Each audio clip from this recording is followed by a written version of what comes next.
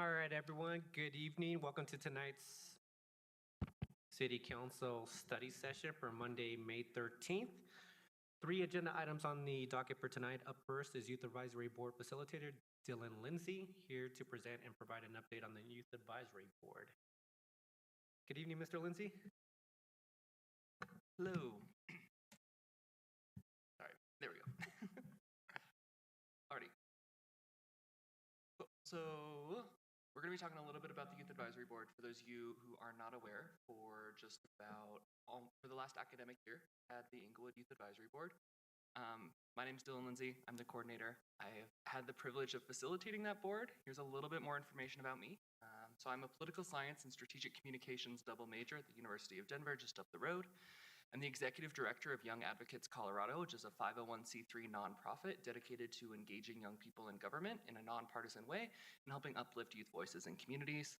I was the 2023 communications intern for the city of Englewood, which is where I got started on this project before being hired on as the contractor for it to continue working with the city. And I was a former youth advisory board member and chair for 6 different youth advisory boards across the state and mostly in northern Colorado.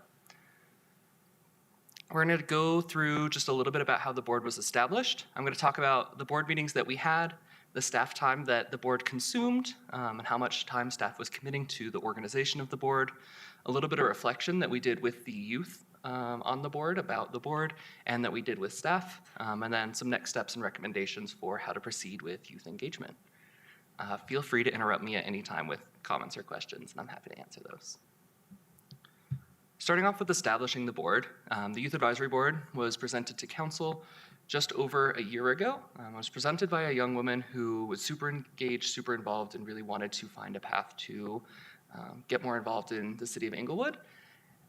She ended up getting busy and didn't actually serve on our board, but we still continued forward with board outreach. We did 2 different rounds of marketing, so you'll see initial outreach and a second round. We did that through social media. Some of our staff spent times going into the schools and trying to engage people there. So there really was a lot of outreach that went into this initial board, but we still struggled to get a little bit of traction. Council met with the YAB members, interviewed them here during a community work session, and ended up appointing all 9 members to the board. And then we hosted our first YAB meeting, our last YAB meeting, and now I'm here at council. Participation by the numbers. There are 9 registered members of the Youth Advisory Board with an average attendance of 5.4 people. There are 2 city council members who have been staffed to the board, 3 staff members who attend our meetings, and we hosted 6 meetings. 2 of these 9 members are in grades 9 through 12, 7 of them are in grades 5 through 8. 6 members are from non-Englewood schools, and 3 members are from Englewood public schools, but none of them were from Englewood High School, which was the school that we did most of our engagement and outreach to. Some of the expectations of the Youth Advisory Board outlined by council, and these are all on the Youth Advisory Board webpage, are to advise City Council and City staff about areas of interest and concern for youth in the community, to provide feedback on city programs, priorities, and initiatives from a youth perspective, to consider ways to recognize youth for their contributions to the community, to learn about ways for youth members to engage with municipal government and the civic process, and develop strategies and plans to increase youth engagement in the civic process, including a potential Youth in Government Day. The youth at our first meeting sat down and established their priorities because we really wanted to emphasize this being a youth-run board.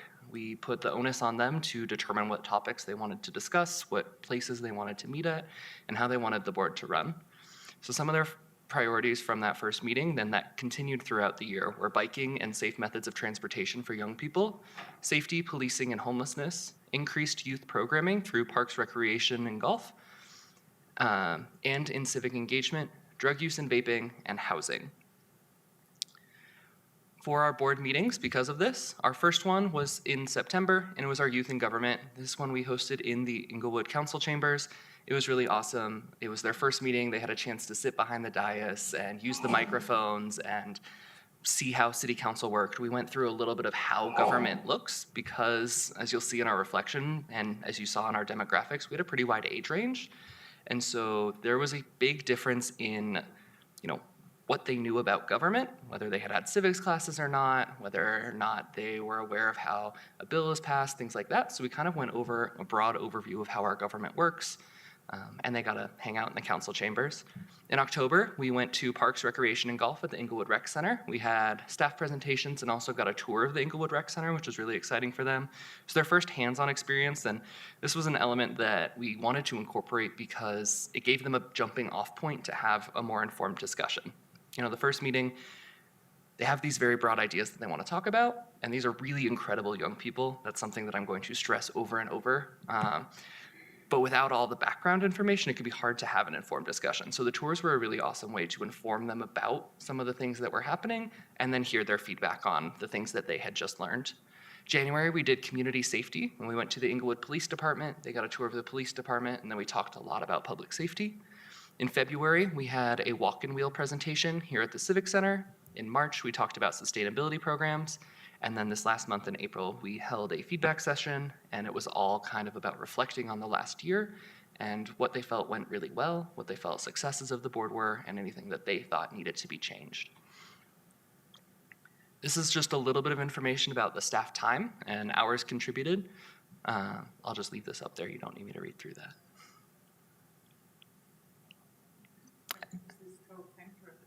Yes, this is total time over the course of the year. And additional staff time is those department tours, the people who hosted us. So when we went to the police department, we had an officer and we had Crystal there. When we went to Parks, Rec, and Golf, we had the department head there. Different things like that and different staff that came to present to us.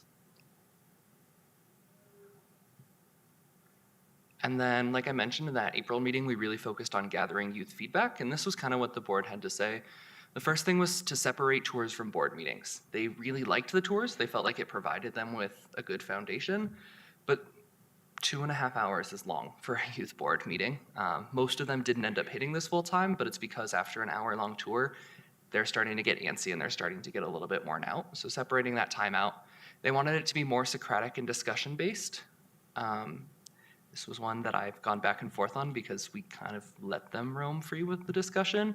But I think having a little bit more structure to what discussion looks like, having a little bit almost more pre-reading, pre-background so that they're coming with questions and also have more of an opportunity to discuss. Increasing clarity of outputs following recommendations. So all of the recommendations that they made in these youth meetings were published in our minutes, and then also given to whoever presented to us or to any relevant departments. But there wasn't a lot of follow-up, there wasn't a lot of continuation, and so they wanted to know, where their input is going. Engaging more with schools and identifying curriculum opportunities. This was a big one, especially for our high schoolers who are currently taking their civics classes. We were able to sign off on some volunteer credit for the different charter schools in our community, but that was the only thing that we really had to do with the schools. And a lot of the youth perception of government had to do with their schools. And so, having some more coordination or delineation as to what that looks like and, how the city works with the schools but doesn't necessarily have a lot of say. Something that we helped share with them a lot, but I think that they were hoping to have, more of a joint opportunity to give feedback to both. And also looking at more curriculum opportunities of optional ways to get, an elective credit or a civics credit for participation in the board. They wanted more youth leadership, and this is something that we talked about from the start, but we didn't feel fit with the board we had this year. But if it continued, they really hope to see a chair position, someone helping pick the agenda, someone helping structure all of that. They gave us all the ideas, but because of the age of our board and it being a generally younger board, we then facilitated the scheduling and picking topics and things like that. Overall, they had a really positive experience. And we're really grateful for the board. This was expressed by parents and by the youth members who attended. And the youth members did request that we have food or some incentive for youth to attend and engage. We had 2 meetings with food, and they were our best attended meetings. A little bit about staff feedback. As I've mentioned a couple times, it was a really wide age range. This was the first board I've ever served on that was open to anyone below high school level. So throughout the 6 boards that I've served on, they're all high school and up, with the exception being the school district board, and they actually had separate boards for each grade level, run by each superintendent. And the biggest challenge to this is different educational backgrounds, different interests, and different attention spans. These are all incredible kids for where they're at, but they're all at different points and different phases, and so it can be really hard to facilitate a group with such a wide age range, because some are focusing on different things, some have different priorities, and some of them are really starting to form their own opinions, and others are still kind of growing up and figuring out what's happening around them. And it was exciting, but also challenging at times to engage and help uplift all of those different age groups at the same time. Staff also felt that this board replicated some opportunities that already exist, including with our police department, especially with their youth engagement programs, their hot cocoa with the cops, and things like that they do to engage youth in our community already. And then the other thing that staff really wanted to emphasize is that this board is going to operate incredibly different from any other board that we may be used to. They're younger, it takes more staff time, especially at a central level because it's not housed within one department. So when you want to learn about a department, you're engaging that staff, but you're also tapping into the staff who's in charge of facilitating the board. It has a much more intense recruiting process because you have to go out and meet youth where they're at, which can be challenging at times. And it also requires evening hours, which can be really challenging for staff. And we had a number of late evenings, 1 or 2 a month, to host these youth advisory board meetings. Some of the notes for next steps that I would recommend, that our staff would recommend, are to focus on 1 or 2 events geared towards youth feedback and youth in government. It's really important to engage youth in government, and to neglect that would be a shortcoming pretty broadly. But structuring the youth advisory board in the way that it was this year wasn't the most productive, and I think that it's something that we can continue to work towards and continue to improve youth in government. But I think that there are some ideas for how we could approach that differently.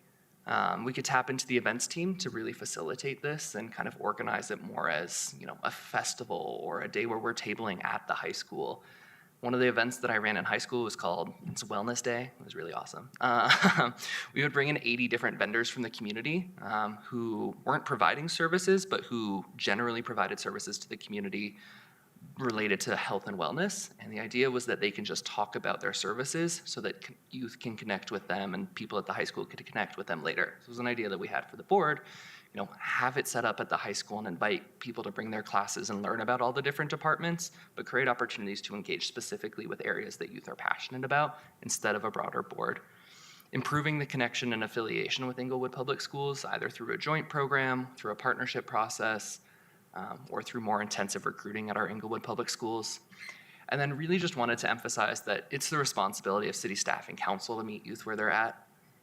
Half of them don't have cars, which is why biking and safe routes to school are a really important thing for them. They're still learning how to use email. They're most comfortable texting or Snapchatting. Phone calls can be a little bit scary at times. And it's an incredibly important group to engage, but it can be really challenging at times.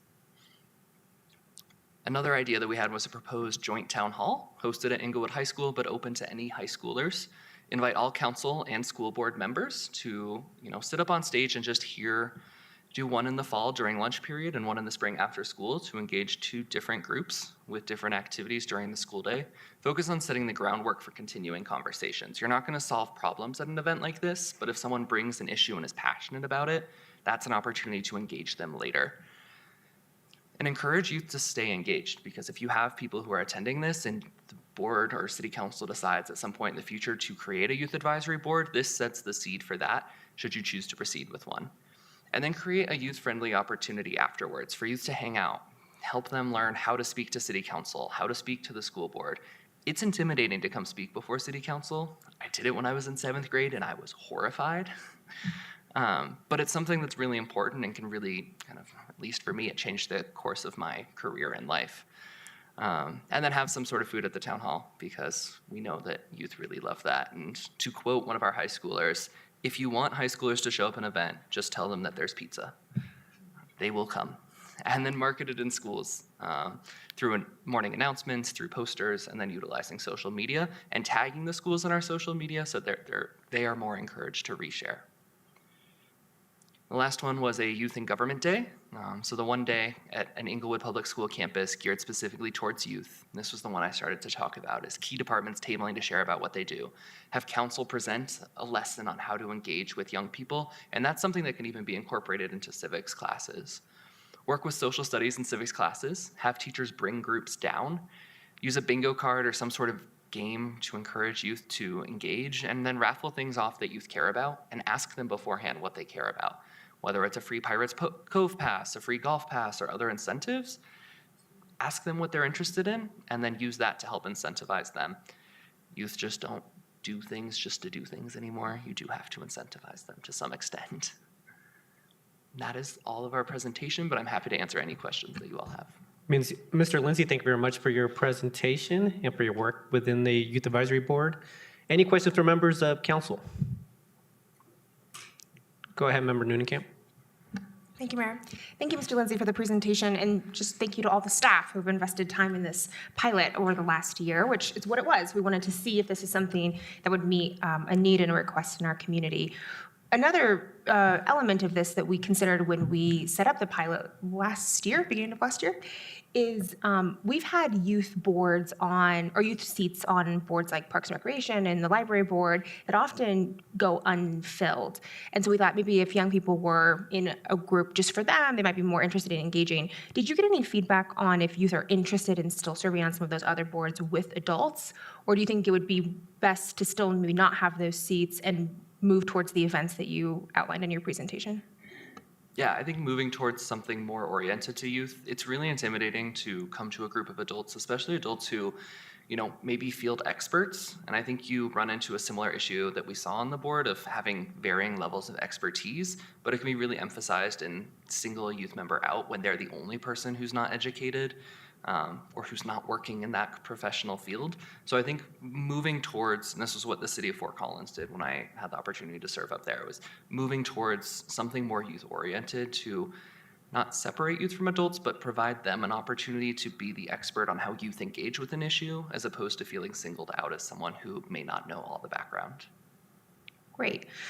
And that's what we considered, but we just didn't have it be the critical mass to do so. And then my next question is, one observation I've had is that our high school and teen engagement in the library programs has been really strong. In your consideration, did you look at all at maybe utilizing some of the library programming for some of the government engagement as well? Yeah, we definitely looked at, they're a group to be tapped into when you're starting to plan these events, but you're going to get two very different groups who are engaged in library, and those people are likely going to be engaged in broader city issues, but not everyone who's engaged in other city issues, who are engaged in athletics, which was a huge thing we talked about, who are engaged in housing, are necessarily going to be the people engaged in the library program. So it's an opportunity for a joint and collaboration, but I think that they are targeting to potentially different groups of youth. Great, thank you. Member Wright? Thank you, great presentation. I just had a couple questions. How many of the youth were in that age group of 12 or younger where a parent had to attend? So all but for the 7 members who frequently attended, only 2 attended without their parents. Okay. And we had 2 sets of siblings. Okay, so that leads me to a difficult question. Of that, I've been a parent that has had children in activities where parents had to be attend. Did the parents interject themselves often, and did that become something that may have been a hurdle, I guess would be the question? Yeah, it was definitely a learning curve over the course of the board. Like I had mentioned, I've never served on a board where it had a young enough audience that parents had to attend. And so for me as a facilitator, it was definitely a learning opportunity to learn how to set up a room and how to provide a structured time for parents to share their feedback without giving them the opportunity to generally interject. So at some of our earlier meetings, there was a lot of open discourse between students and parents and staff. And it was kind of a whole collaborative, more family-oriented discussion, which I think left our 2 members who attended without parents a little bit isolated. But as we started to structure it more, we would have parents sit, separate from our youth, still in the room, but sitting slightly separate, and then providing a structured time for them with 5 minutes for parent feedback at the end of our meetings. We started to move to a more productive format.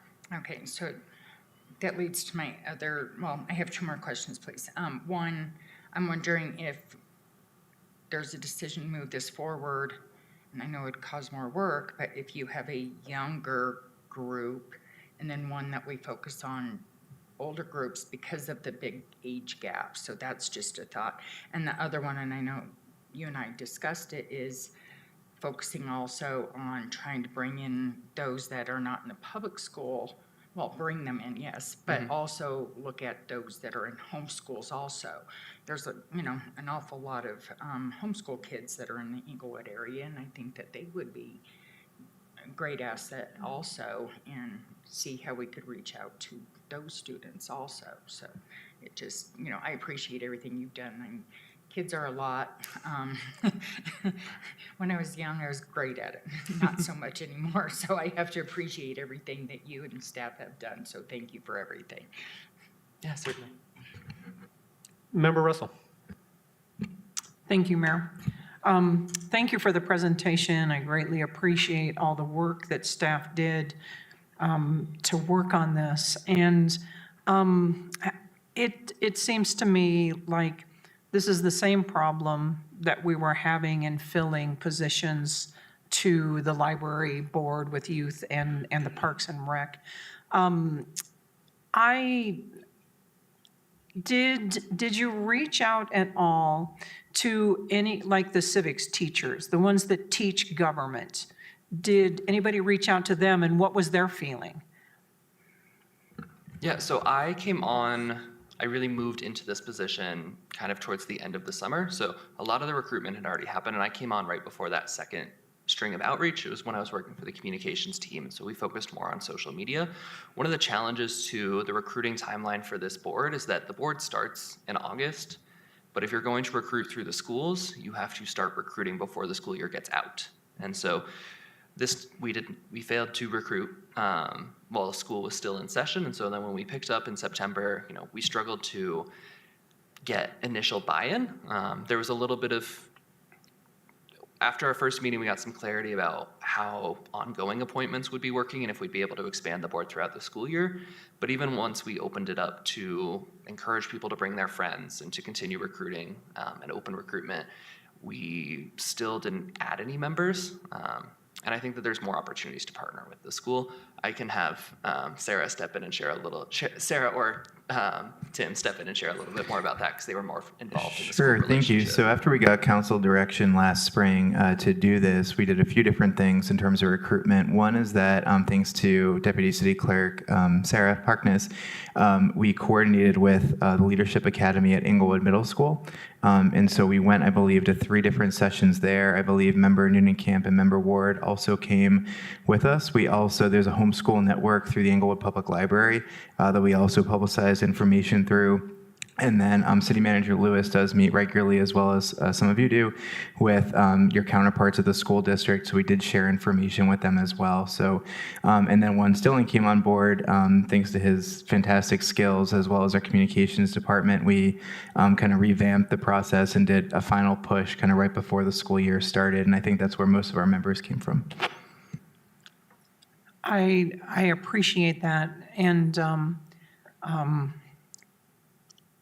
I think for right now, that's all the questions I have. I do have some input at some point I would like to talk about. Thank you.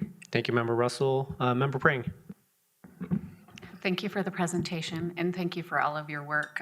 It was a pleasure sitting in a few of the meetings that I was able to attend, and for you to be able to get the input out of the kids that you did. Sometimes that can be a greater challenge. I'm just wondering, while this structure may not have gotten us super far in 1 year, but building the connection to the community, especially with, figuring out continuously how to freshly engage with our youth, can be really challenging. So I'm wondering, one, I want to say I think you've planted the seeds, and we've seen what does and doesn't work a bit with our youth. I'm just wondering if now that we've got some identification of a list of priorities that the kids identified, if we could then shift gears and look at the potential of more interactive, shorter engagement. So for instance, biking and getting back and forth to school was one of the areas that I heard discussed in the meetings and was listed as a priority. So could we take some time to focus in on like one of those priorities and build short interactive sessions where we get kids on the trolley in Englewood and take them around on a route and have conversations with them while we're on the trolley with them about what areas feel safe and don't feel safe getting back and forth to school in Englewood, and try to really hone in on what they've identified as priorities, and I think conversations that they would be more likely to engage in. Yeah, definitely. One of the greatest places that we were able to get feedback on tours or on throughout the board was during those tours. And, having an activity and walking side by side with them instead of sitting around a discussion table. That was when they were coming up with new ideas. It's when they were asking questions to city staff. And I think it's when city staff got some of the best feedback, because students and our youth were asking questions that mattered and prompted ideas that they hadn't thought of. And so I think that, the opportunity for young people to engage and learn more about our government is something that we should be looking at. But I also think it's important to recognize how we proceed to do that, to really make sure that it's an opportunity that youth are having input and structuring. And I guess the other question I would have is, have we given thought to continuing to expand how we engage with the youth or reach out to them? So especially for older kids, so high school, knowing that we need to have some safety measures in place, but kids text. Kids don't come sit in meetings. They text and use the tools that are available to them on their devices. So is that something that we've considered doing, is using tools like an outreach or a survey of, figuring out how we can pull them into events through the use of a text survey that's sent out? And have we also considered things like selfie booths at our events?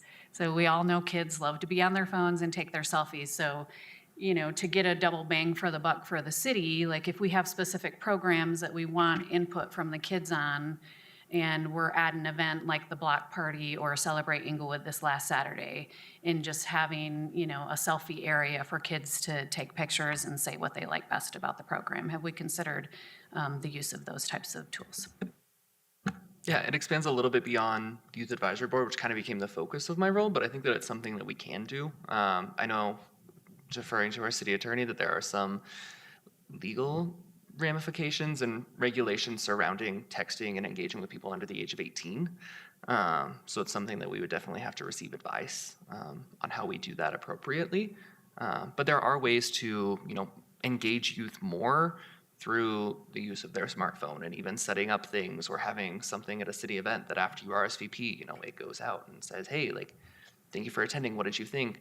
I think having stuff more geared, even if we aren't able to do a Youth in Government Day, designating a certain part of the day for the Englewood Block Party that's targeted at high schoolers. That's, hey, come with your high school friends and come hang out at the Englewood Block Party, and we're going to have a high school band perform. I think having youth separated spaces, and it's something we worked on when I worked for the Larimer County Department of Health and Environment, was creating youth safe spaces.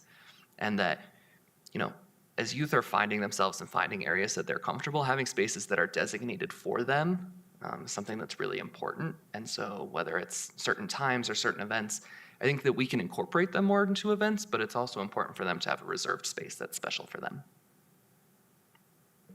Thank you for that. I would venture that I would be willing to take the risks and have attorneys give us some input on what we can and can't do around the use of some of those ways to engage, because I think it just aligns with what you've said. We have to go where the kids are.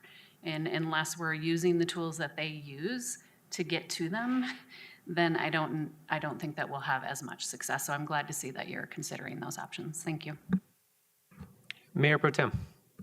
Thank you, Mayor, and thank you for the presentation, Mr. Lindsey. My question is about the kind of the two proposed events. First of all, I really like the idea of a town hall at the high school, collaborating with the school board to really engage with the youth there. And but my question really is about the Youth Day in Government. One of the things that you noted, we didn't have any Englewood High School students. I know we had a number of students who maybe didn't attend Englewood schools at all, attended schools in other school districts, or perhaps they were homeschooled or private school or something like that. I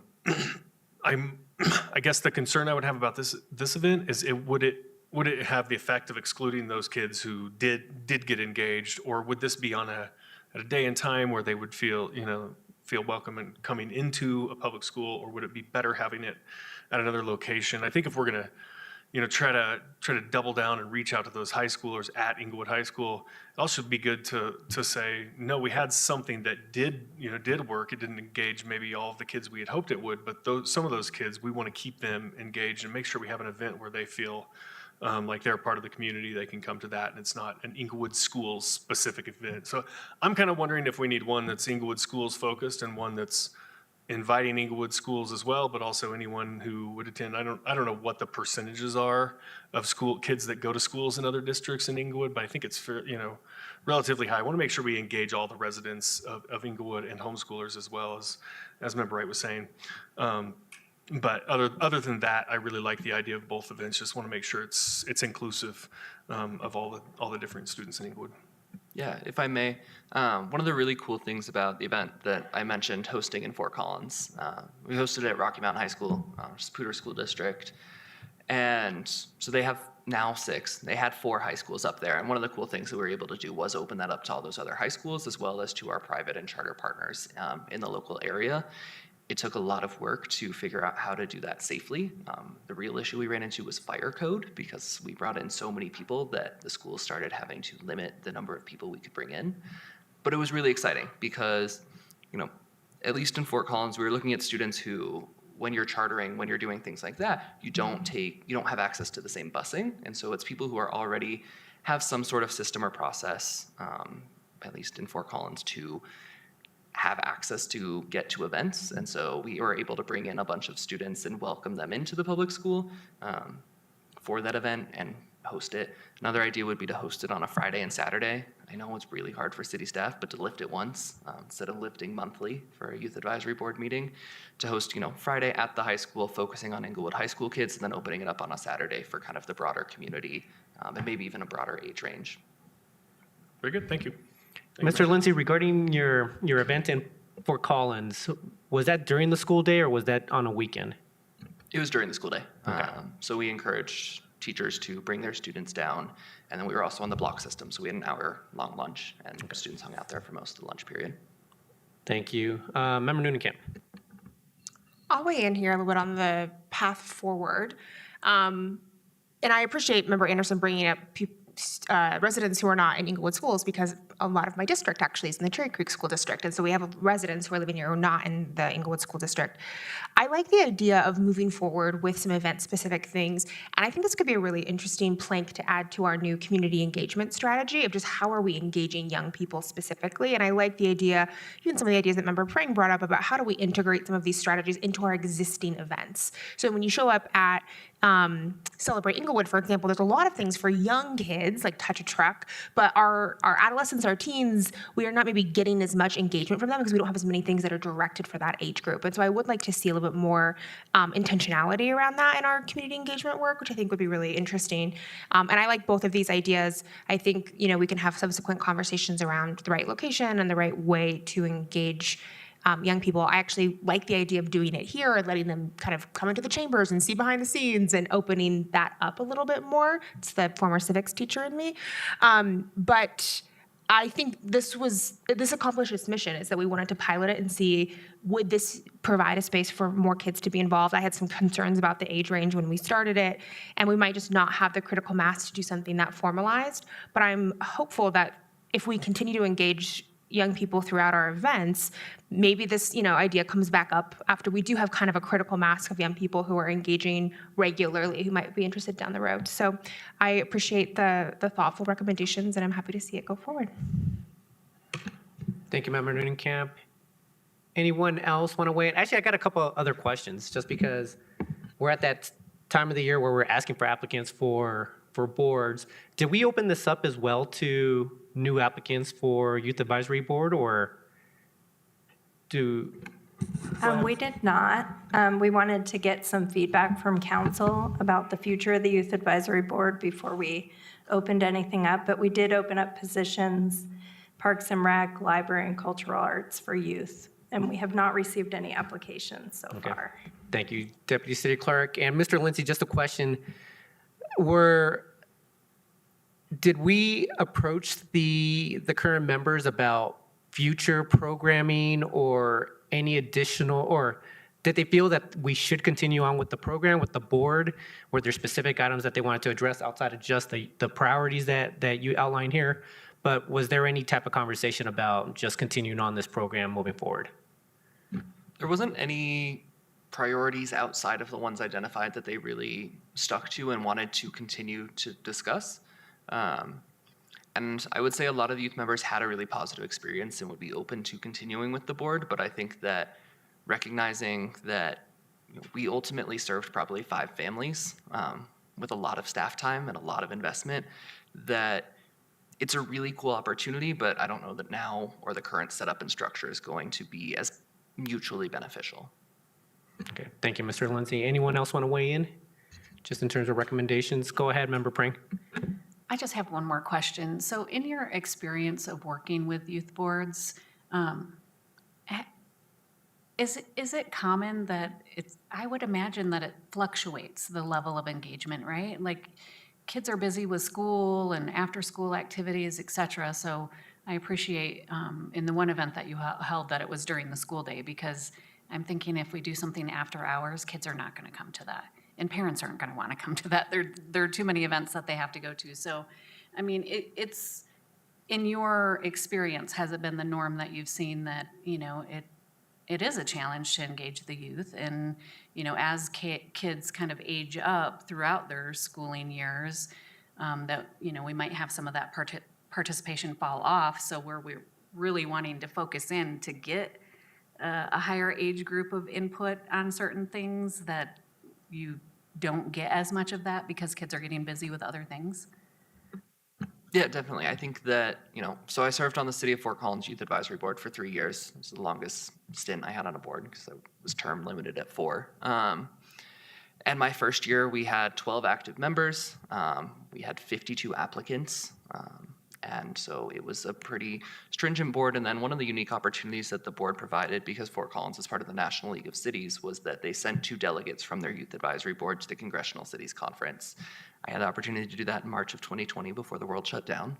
And that was an incredible experience. And so I think that was one of the incentives to join the board, is this scholarship trip that you then become eligible to apply and compete for. And when we came back from that, kind of carrying the board through COVID, we had about 5 or 6 members, and then it returned back to 10 my senior year. I also had the opportunity to serve probably the most successful youth board that I've ever been a part of, is Larimer County Department of Health and Environment. It's called Youth Action for Health. It's their Fort Collins-based board, and they have boards in Fort Collins, Loveland, and Estes Park. But Larimer County hires out 3 youth staff members. So they have 2 youth staff members who live and work in Fort Collins, and then one who lives and works Loveland and Estes, kind of joint. And it's a really unique opportunity for them because they have young people who are working as internal staff, who have hours, who are paid to focus on youth engagement. And so that youth staff becomes the ones who are, having those conversations with other departments. That's how our board helped open up the mental health center that's new in Larimer County. But it was so youth-driven that was the biggest board that I've ever served on. We had 25 regular members. We had food at every event. It was a fully built-out youth program that takes a lot of investment, a lot of structure, and a lot of time, and a lot of commitment to it. And even that board fluctuated from time to time, but by the end, it was, 25 to 30 members. Member Russell. Thank you. And in perspective, when you were working in Fort Collins, you said there were 4 high schools in Fort Collins, correct? Yeah, Fort Collins did 125,000 people, so they're a much larger town. Right. And I would like to remind us that there is not just one other school district in Englewood. There are 5. Littleton has a school district, Sheridan has a school district, Englewood, and Cherry Creek, and then it seems like there was one other, Denver. And so this is the elephant in the room that nobody's talking about except for the staff. The amount of staff time it took, and there was not that much response. We're doing this all wrong.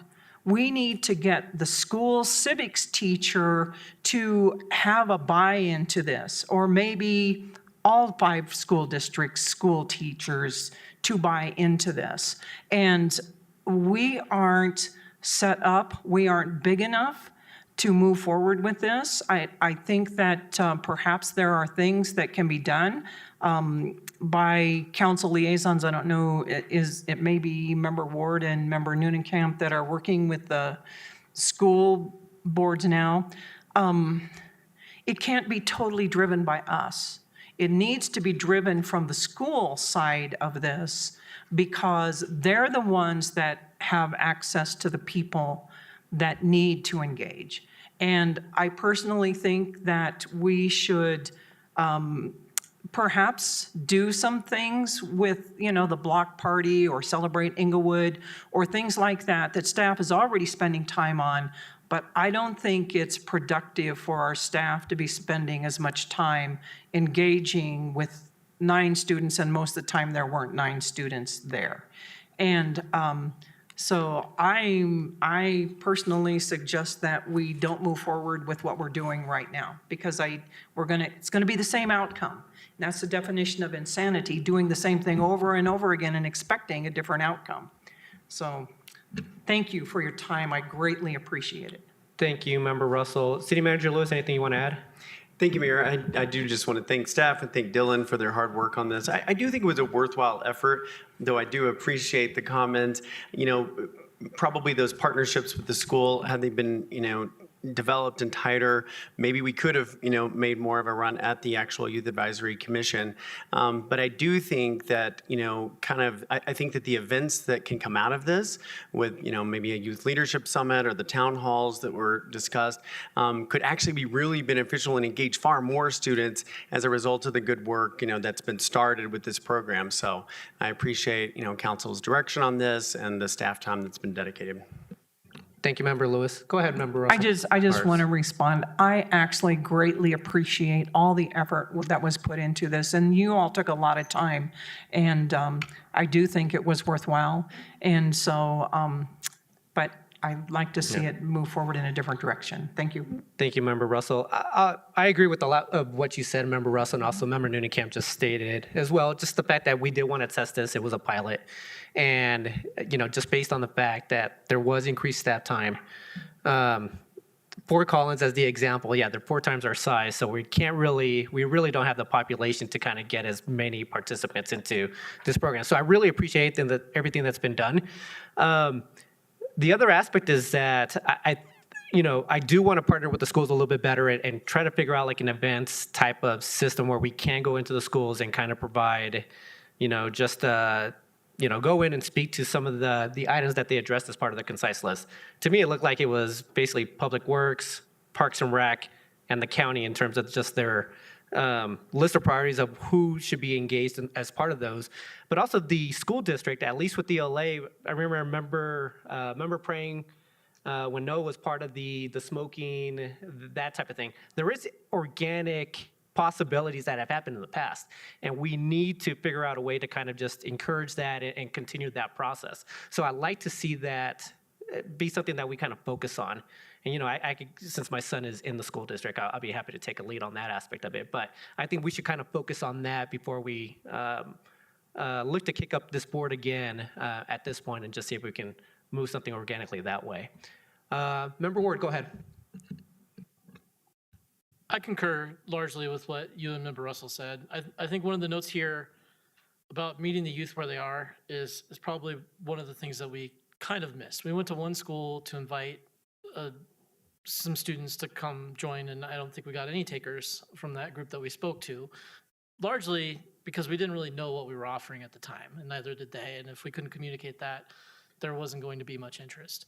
The other challenge that I had, I think, as a liaison to this group was the age variation. The 2 cohorts of very, very different ages that were in this group was difficult for both the youth themselves and for the older students, the 2 kind of oil and water pairs that we were trying to mix together. I think it might have also been challenging for staff and for the parents as well, because they have very different ways of engaging with the world and with each other. And I can picture myself as a teenager. That would not have seemed like a valuable use of my time to me. So I was happy to see a lot of the staff engagement on this with youth, talking to them about how they view the city. I did occasionally get the impression that some of them were echoing what their parents had been complaining about, but that's normal as well, I think. So I would like to see us continue to engage the youth, maybe not in this particular form, because clearly we had some trouble making it work in this cycle. There's some more groundwork I think we need to lay down, and I would welcome any opportunity personally to go out to some of these schools. We have a lot of schools in Englewood, and maybe look at what defined age groups we want, because I really think that's going to be key, as well as having this break off from the younger group and the older group, so that the youth themselves have more in common with each other than this particular pilot group did. Yeah, I agree, Member Ward. Perfect. I think we mostly agree on which direction we want to go on this, but Mr. Lindsey, just thank you very much for facilitating this and your time over the, I guess what it was about, like, 7 months, 8 months on this. But no, really appreciate you leaning in and taking on this task for us and providing us the feedback of what was heard. So thank you so much. Thank you all, and thank you for engaging youth. All right, everyone, we're moving on to the second agenda item. This is the Englewood Trolley rebranding. So just informational presentation. We're going to have communications staff. Good evening, Ms. Davis, here to provide us the overview of the process of rebranding the Englewood Trolley and the results of the citizen input. Good evening. Great, thank you for having me tonight. Again, I'm Vanessa Davis. I'm the marketing manager in the communications department. I will be discussing the Englewood Trolley refresh and ridership survey results. So a little background information, the trolleys were set to be replaced in 2024. Community development came to communications and wanted to devise a plan that we could, at the same time, refresh the trolley's look, but also garner information about why the people ride the trolley, why maybe people do not ride the trolley. And in that, it was a twofold. We were rebranding with a new name, logo, look, and at the same time, getting that background information to move forward on possible expanded services. So in phase one, we surveyed the community. We really wanted to let the community know about the trolley if they didn't already. We do have a consistent communications plan where we do promote the trolley, but there's always room for improvement, and we wanted to let people know about the services. And then in phase two, we are going to communicate the new name, the new wrap. We really want to make a big splash with this. We want to get people excited to ride the trolley once again, and there's going to be a large campaign about it, that it will be about the new refresh, but also about the fact that we're getting new shuttles, expanded hours, expanded services, and potential services down the road in 2025.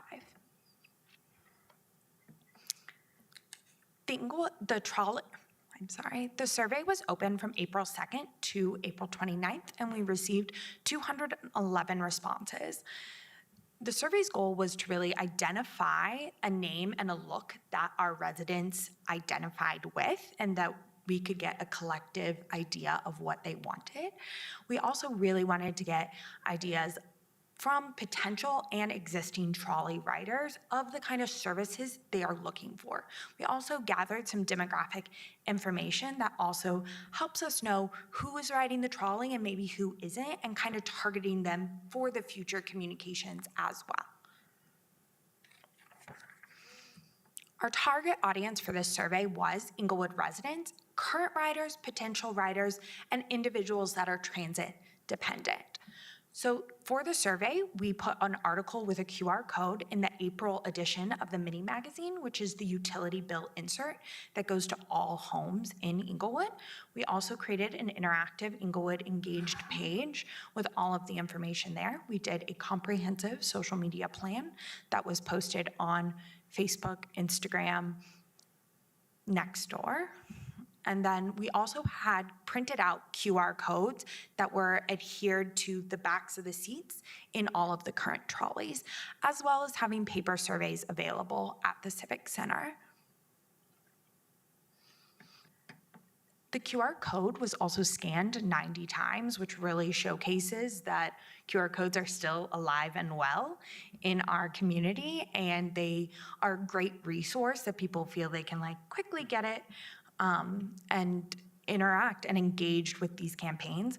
Also, just from this campaign for the refresh and ridership, we saw a 17% increase in ridership from April to May up the trolley, which gives us a really positive outlook for when we make the splash of the new rebrand and new trolley, that we can really reinvigorate this service for our residents and beyond.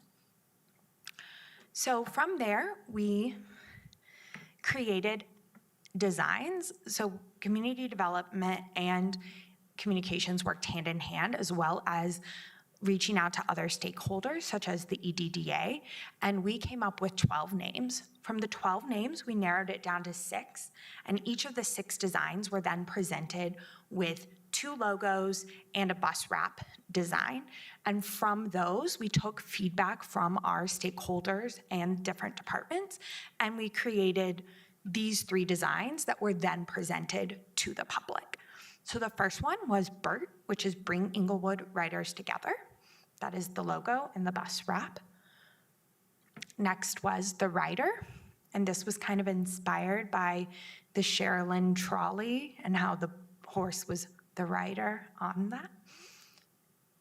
And finally, we had TRAC, which is Transit Rider Englewood Connector. We utilized a rank choice voting for both their favorite logo and their favorite name, and across the board, BERT was selected as the top choice for both the logo and the name.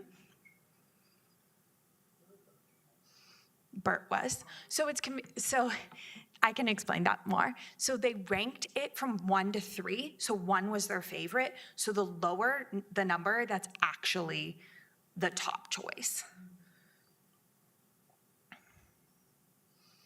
And then for the designs, and we did want to separate it because we wanted to feel out. These felt very different than maybe the logos, and I'm very happy that we did because we received feedback that the Rider was the favorite design for the wrap at almost 40%. Some of the open-ended questions, we received some general themes. One was definitely people loved the colorfulness, the shapes, the brightness. They did also like the simple design, which I think why the Rider resonated so much. We did have 5 respondents say they do like the current name of Englewood Trolley, but that is about less than 2% of respondents of the survey. But we wanted to make a note of that.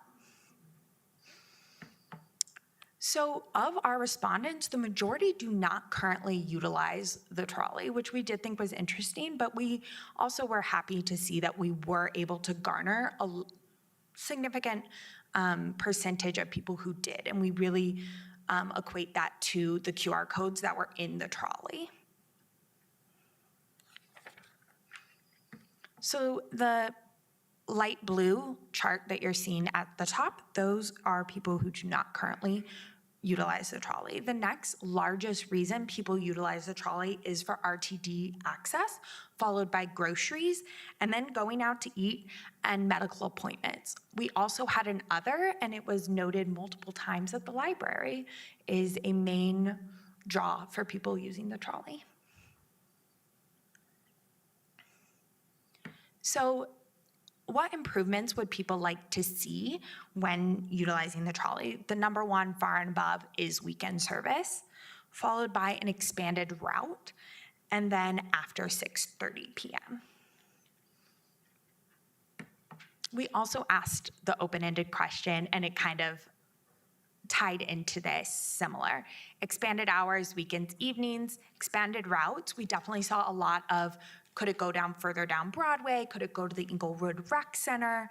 Some things, like maybe could there be maybe a neighborhood stop? We saw a lot of that, which was really interesting. Increased safety, we didn't see a lot of this, but we did want to make a note that it was mentioned. And then a set schedule. Right now, the trolley runs, I believe it comes every 15 to 20 minutes, and there isn't a set schedule. So that was something that was noted by residents, that they would utilize it more if they knew exactly when it was coming. So we had people rank how they felt safety-wise. The majority of respondents, again, said that they do not utilize the trolley. Of the 100 respondents who said they do, 69 said they felt safe or extremely safe while riding the trolley, which I think is great. That's 69%, which is the majority, which is good to know. Again, to the point, we had an open-ended question. If they did not feel safe, some ideas would be better signage that includes route maps that could be maybe at some of the bus shelters or stops. Also, maybe if there's route issues happening, how is that being communicated to potential riders? And then just overall safety. We got a really great demographic response from our participants. From Gen Z to millennials, Gen X, and boomers, we really got all of it in it, which our number one being millennials, 35 to 44. So next, we took the community's feedback and we created 3 new designs that incorporated kind of the look and feel of the rider with the BERT name. And these ones will be presented to the public to make our final decision on the look of the trolley. So next steps is we are going to be finalizing the name and the wrap. And then once the shuttles have been ordered and they're in the city, we will start to communicate the new name and build some excitement about when they will be out and about. And then community development will finalize the contract for improvements and potential expanded services. Any questions? Thank you so much for the presentation, Ms. Davis. Any questions for members of council? Go ahead, Member Ward. I guess I'll start. The first question I have is the question of why. This would be the 3rd name that this bus line has had in the time that I've lived in Englewood that I know of. It was originally called the Art Shuttle, then it was rebranded to the Trolley, and now we're talking about rebranding it again. And I'm wondering if we're actually addressing the correct problem. This goes beyond before I was here. I have been at the city for 3 years and I have lived in Englewood for 7. I think, to your point, it is hard to rebrand over and over again, absolutely. I think we've just seen from the numbers I've seen from community development, we saw a stark drop-off after COVID. And there's just some negative connotation with public transportation as a whole, way outside of Englewood. And also a lot of that is contributing factors beyond us, such as the C line no longer existing in RTD. That is way outside our control. But our thought, again, just as a comms person and as a design person, is getting it this fresh look. Right now, we have 2 branded trolleys and 1 that is white. Is that correct? And really getting them all on the same page and maybe something that's just a little less busy. And also, there was mentions of the trolley name being confusing due to the fact that it is a bus, and there's nothing wrong with it being a bus. But people were like, but that's not a trolley. And so I think it's kind of trying to clarify some of that as well. But Dan, you might have other answers. Yeah, a couple other aspects to that. You know, we won this grant from RTD last year, the partnership program grant, which provides us $900,000 of funding from them to do things like that. So it really provided an opportunity to refresh, re-energize the trolley that if we had to do it on our own nickel, we'd be hard pressed to do it. And so not only are we hoping to buy the 2 new vehicles, but it's anticipated that it would pay for the rebranding, the wrap, the public education, the change of ID at the stops, And coming out of COVID, we just felt like this was a really good opportunity. The other thing we're hoping for is next year to implement some on-demand service. So including a Where's My Vehicle tracking app to really try to modernize it. And even if we can't expand the route per se, basically make it more convenient for people to use and let us get effective coverage over a bigger area. And if I could just add to that, Member Ward, I think it's a great question. And you sound like a communications professional, actually, asking about rebranding every few years. But I think to Dan's point, we really think that this is an opportunity to reset, to kind of, we hope the hours are changing. We hope the days are changing. I mean, we're proposing with this grant funding that Dan mentioned, really wholesale changes to how the trolley works. So we think now is the time to give it a new name, to give it a refresh, so that we can really move forward with a new set of riders instead of just people thinking it's the same trolley that has limited service hours and days. Yeah, great point. The hope is that we would add some significant new hours, I think about 2,900 hours a year. So it'll be about 3.5 hours a day during the week, work week. And then add Saturday service that'll run from 10 a.m. to 9 p.m. So that'll really help increase ridership and convenience. Sounds good, thank you. Member Wright. Thank you. I had the why also. My additional whys would be, why would we not keep it simple and just call it the free Englewood ride or something if we've taken trolley out of it? You know, I know RTD's ridership has gone down since COVID and stuff, so it's understandable. And so why don't we simplify it for people? And I guess that saying kiss it, you know, and keep it simple for, I was reading a lot of these comments and people don't know it's free. They don't know the routes and stuff like that. And I'm reading some of them and I'm like, oh, they've got points. I understand, you know, the Englewood Trolley where it goes back to Sherilyn, and if they've not been into the lobby where, around the circle to see the old trolley and stuff. So was there a thought into that? And is there gonna be, I guess, communications put out to say, well, this is the reason that we didn't do what we did or didn't do? So when we were first developing these ideas, again, we did come up with 12 names, and one was the Sherilyn Rider, and it had an homage to the history. And there was just a lot of conversation that happened internally about, are we wanting to look back or are we wanting to look forward? And we were given notes that we wanted to look forward, so we took those notes and went with the names that were presented. And we did try, because the Sherilyn Rider was still, like, people were still, that the stakeholders that we garnered their input from, we wanted to have both sides of it, and that's why we kept the rider as an idea, and with dropping the Sherilyn. So we still have kind of this, like, the rider with, like, the horse, you could ride a horse, or the horse rides the trolley, as if we know the Englewood history of the Englewood trolley. But that was, like, it was looking forward, and how do we get new riders? And a lot of this was this later service. It's the weekend service. How do we get people sometimes from beyond Englewood? How do we get people that are coming to the Englewood stop on the light rail and then hopping on the trolley and hopefully frequenting our downtown businesses?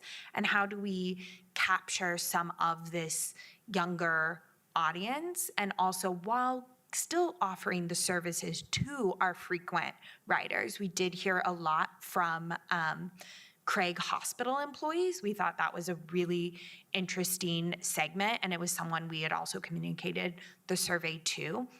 And they mentioned that a lot on, like, say, Saturday is when they do a lot of their grocery shopping with some of their patients that are having the brain injuries, and they would love to get to utilize the trolley because they use it during the week, but a lot of them have their like shopping day offs, and to also get the people from the medical district also to our hub in the city as well. And again, it was about creating something that's poppy and vibrant and really just trying to get it again. And to your point about free, it's definitely something we have talked about doing better branding at the stops. So the stops could have a map of the route, which does not currently exist, and also have some of that this is free.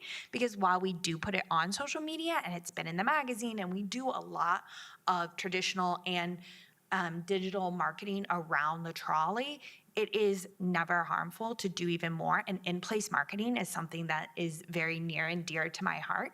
And I think marketing at the stops, and again, to that point that it is a free service that we really want people to utilize, is a great point.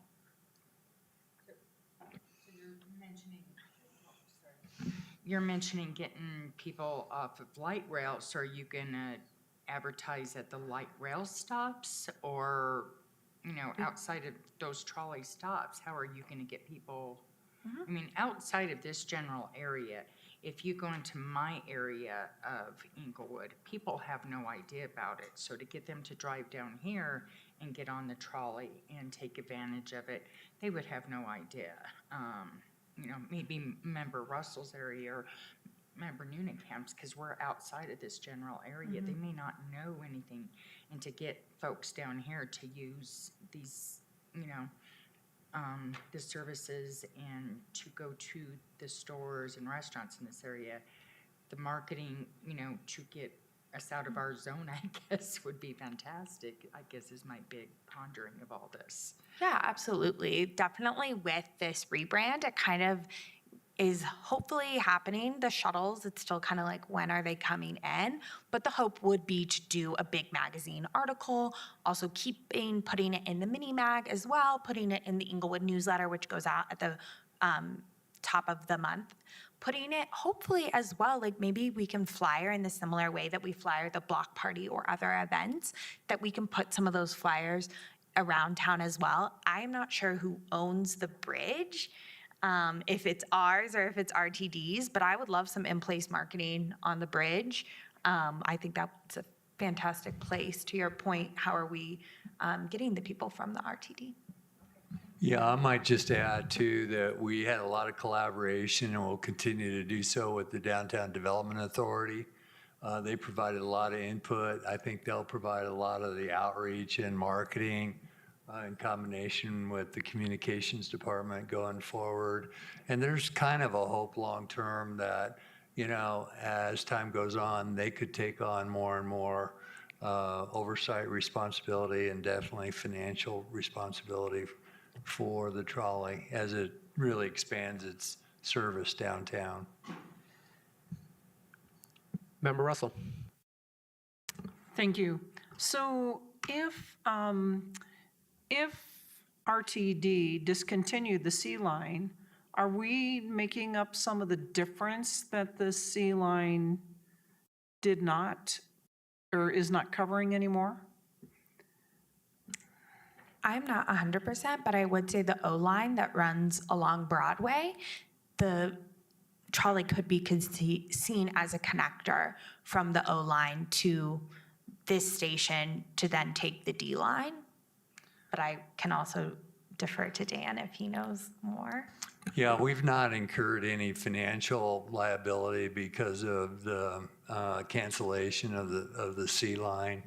And I think the trolley has the potential to become more important just with the one D line remaining in terms of the connectivity from downtown to light rail. Okay, and then I do know one thing, that Swedish and Craig did want more, because they do shift work there, connections between the parking lots and Craig and Swedish. So are we going to be able to expand hours that will accommodate their workers coming in to be able to catch the trolley from the parking lot to Swedish or Craig, or vice versa? Yeah, that was one of the big motivations for adding the additional hours per day, we'll move to a schedule that'll run from 5:30 a.m. now to 9 p.m., which will cover the great majority of their shift workers, whereas the current schedule doesn't really cover any of their shift changes. Okay, thank you. Excuse me, sir, can you sit down? No, sir. Sir, can we have you sit back in the audience? I'm not sure. You know, I'm kind of curious why we could start with the Pledge of Allegiance. Sir, can you have a seat back in the audience section? If you're going to be disruptive, I'm going to ask you to leave. I don't want to disrupt nothing. I'm fine. Just curious. Thank you. Sorry, Member Russell, did you finish your I thought? did. All right, thank Thank you. you. Member Ninkamp? Sure, thank you. I have a few questions. I am pretty agnostic on the brand. I think it looks lovely, nice work. But I think the same reason council is asking some questions, I hope when you take this to the citizens, you lead with the improvements and not with the brand. Because I want the citizens to see that there's some substantive improvements being made around hours and accessibility. The brand is a nice to have, but I definitely hope that we're leading with something a little bit more substantive than that. A couple of things on that. One is I would say that it's like a free shuttle or free bus in the design on the vehicle itself, because it is not clear if you're seeing it around town and you're unfamiliar with it. That was actually from one of the residents who responded, so I'll give them credit for that in the survey. I would also, as we try to attract new riders, let people know about this free service we're offering in the community, I'd love to see the trolley at more city events, at Celebrate Englewood or at the block party. It's parked, people can come inside, we're handing out maps. At neighborhood nights, like opportunities to make it kind of like this road. If we have multiple vehicles, some can be en route and some maybe can be traveling to different events to kind of help boost that experience. I'm willing to hop on and take a ride and do an event or something.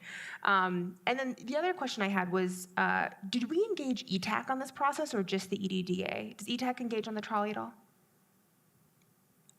I'm not familiar with ETAC. Englewood Transportation Advisory Committee. We really interacted directly with the DDA. No other stakeholder interactions as far as that particular entity. I think it could be valuable. It's another group of citizens who are interested in how we move around in our city. And I think as we look for ways to make the best use of this grant money, I think getting their feedback could be interesting. I would like to see the grants go towards specifically predictability of stops, which I think is one of our biggest challenges, and obviously the timing and some of those things. And if there's money left over for a brand refresh, great. I also would be fine if it's still said Englewood Trolley. But that's my feedback. Thank you, Member Noonekamp. Not sure who was next on this side. I'll go Mayor Pro Tem and then Member Pring. Thank you, Mayor. Thank you for the presentation. Member Noonekamp actually spoke to kind of my comments that I think it actually does make sense as a rebranding if we're doing service upgrades but really to use the new branding as a way to get the word out that we're doing those new things. So I'm excited about it, and I like the designs, and looking forward to seeing it move forward. Member Pring. Thank you. Thank you for the presentation. I agree with the sentiments about the branding. I think a refresh is a great idea to advertise the improvements. I think they're jazzy and colorful and maybe potentially more youth-oriented, which I think reflects a lot of the demographic that's moving into the city, and so can kind of do a refresh but carry us forward. So I love the catchiness of it and the names that were offered. I do have a couple of questions. One, so in addition, you were talking about QR codes earlier and how you had some success with the surveys and all of that. Is there a QR code and or a visual map on the trolley itself that highlights the businesses and restaurants that are along the path? So in addition to just the route itself, are we highlighting what you can get to when you ride the trolley? Not that I'm aware of. It's primarily the stops, but that's a great idea, and that's probably one of those areas where the DDA will kind of weigh in and bring that kind of map to the actual vehicles. Okay. Yeah. I saw you get To excited. piggyback off of that, I really love that idea. Similar to how we have the walking tour brochures, they actually are those physical brochures, but there's also an interactive GIS history map that has been built out with those as well. And I think that could be a really interesting alternative that could encourage people to visit the different shops in downtown, as well as highlighting where the other stops are. And again, with this refresh, a big thing is going to be, it is beyond the trolleys. I love the idea of putting free maybe on the back, and we have something like that.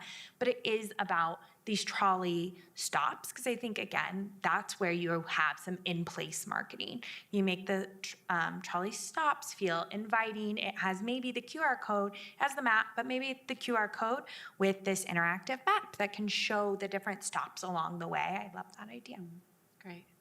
And then I guess the other question I would have for the potential of increased ridership is, have you given consideration, going back to our earlier conversations, to youth and perhaps a seasonal uptick in ridership by reaching out to whatever organizations you can, whether it be the school districts or whatever you identify as appropriate, to highlight the free shuttle, to highlight what you can get to along the shuttle.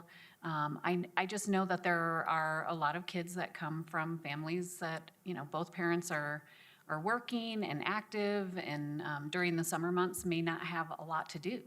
And so, if they can take a short, safe walk over to the trolley path, or, hop on the trolley and be able to get to some of our businesses, I think that would be a great outreach idea to bump up your ridership, but also if you get the kids to come, so perhaps the parents come with them the first time or two, and then give them authorization to go ride with a group of kids thereafter. But then you get the parents on the trolley as well. And so, for those parents who maybe have never ridden the trolley, then you've got some eyes opened in that direction as well. So in the past, we've just really done kind of this is a service we have. That's why we're really excited about this refresh, because it is expanding hours. I think it was, I don't want to say a tough sell, but it was limited because of the limited hours. Whereas that's normally when kids are in school, is when the trolley was active, except for the summer, to your point. But I definitely think engaging in the youth and engaging in all of the demographics. Right now, there's a stop near the Malley, and really encouraging seniors who maybe are homebound, if they live near a trolley stop, that they could get to the Malley, or youth could get to the library and really utilize our other services. Absolutely. We're really excited to have this launch and really make a splash.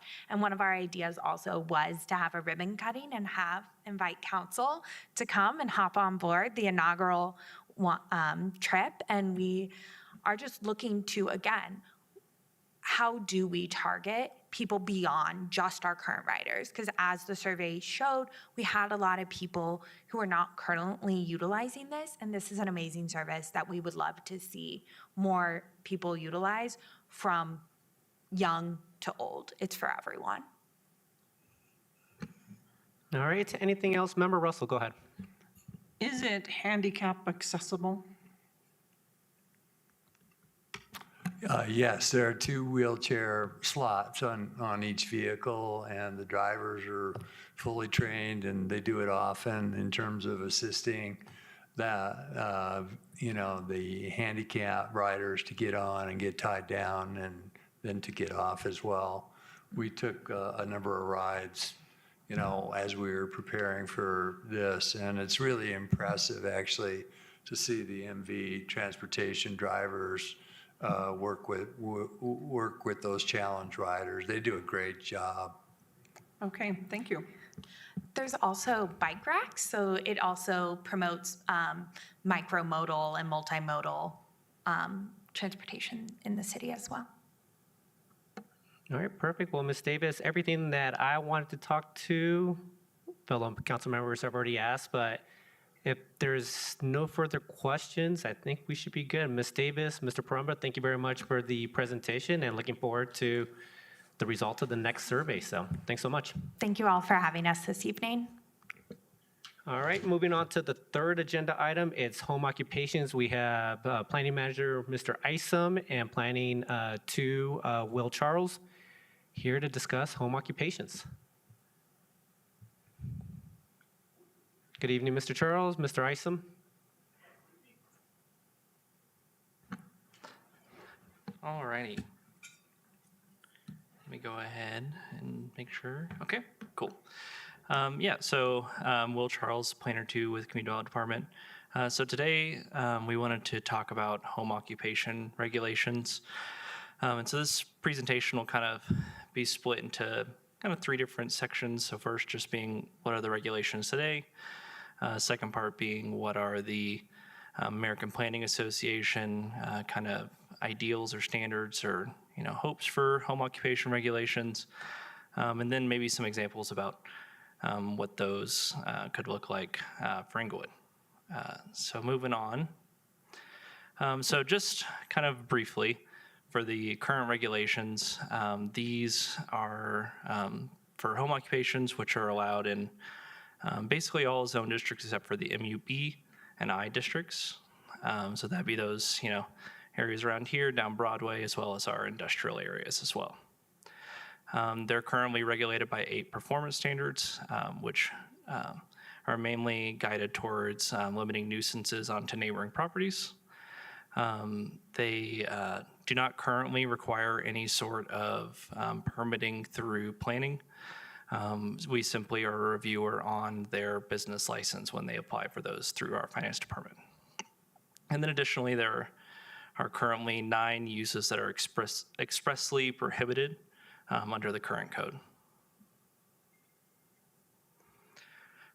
So these in the next slide are the criteria word for word from what it is in the code. I won't read all the words exactly for you, but kind of just a brief on them. The first one, basically saying you need to be on a residential property, which is pretty straightforward in these districts. The second one is, even though it's a home-based business or home occupation, make sure from the exterior of the structure, it still looks and feels like there's not a commercial activity going on there, it's just residential. The next one is regarding number of employees. So you can have anyone that's in the structure working there, as well as 1 non-resident, so 1 additional employee. The next one being one that was updated slightly during Code Next. This is saying that the use can only be in the primary structure or in an allowed accessory structure, so like a garage. So that portion was added during Code Next. And then additionally, it could be limited to only 50% of the interior space. So this is an area that we've had to deny or not approve our review of the business license for a number of ones, primarily for things such as outdoor gardening. So whether that's flowers or vegetables, things of that nature, since they're being conducted outside the structure, this number 4 would prohibit those. Getting into the other half of the regulations as they are currently, number 5 mainly deals with truck traffic and parking and things of that nature, mainly trying to limit it to not much more than what would be seen on a residential property. The next one has to do with sale of merchandise, so it should be things that are made, grown, and prepared on site. Next is dealing with nuisances. This is another one that has a lot of impact on home occupations currently, for things that have a decent amount of noise that could go past the property lines onto neighboring properties. And then the last one being about signage. This is another one that was also updated during Code Next to allow for 2 square feet of signage up from 1. but basically a minimalist amount of signs on the property. So that's how our current regulations are. And then as mentioned, there's also 9 explicitly prohibited uses. So other uses could be, not allowed as a home occupation. These are the ones where even if they found a way to meet those previous 8 regulations, they would be denied because of the home occupation. So again, kind of abbreviated version of these. First one's dealing with those animal care uses. So, anything from breeders to dog groomers. Next one, anything to do with hair or cosmetology. Third being auto repair. Fourth being things to do with weapons. And this one has a slight typo in the code currently, so look for that to be updated to be ammunition instead of immunity to make a little more sense. Next one being food or beverage services. So that's more considered like a restaurant type uses is what that food or beverage services is, more than if someone wanted to bake a piece of bread and take it to a farmer's market. That's not necessarily prohibited with this one. It's more about those restaurants. Next one being, large vehicles. So that might be your, landscape company that has, large trucks that they wanted to park on site. That would be prohibited under this. Hazardous materials, medical marijuana, and then the manufacturing of hard liquors, so wines, distilled spirits, and malt beverages. So that's how the regulations are currently today. I've talked about a couple of them already, but these are kind of the issues as staff that we've seen over the years. As far as the current regulations, and so just to kind of give a brief on these, since the 1955 ordinance, there's been minor changes to it, but more or less they have, it stayed pretty stagnant as far as what the code allows. Which is not to say that there was, deficiencies in the previous. It's actually pretty similar to what you see in a lot of communities. They're pretty similar language in all of them, but there are, opportunities to kind of move them into modern times. But as far as the prohibited uses, those also have pretty much stayed the same in our code since the 1985 zoning code. So again, something that, probably deserves a look over as well. And then one that kind of spurred because of more immediate ones is these backyard spaces. So currently anything besides a home care, so, an at-home nurse coming in to, take care of somebody, that kind of thing, they could use the backyard if they wanted to, but any other use, you would need to keep the home-based business inside the structures. Next one being those MUB and I districts not having home occupations. This one could potentially have some impacts. It hasn't occurred, but these MUBs and I districts don't necessarily not have residential in them.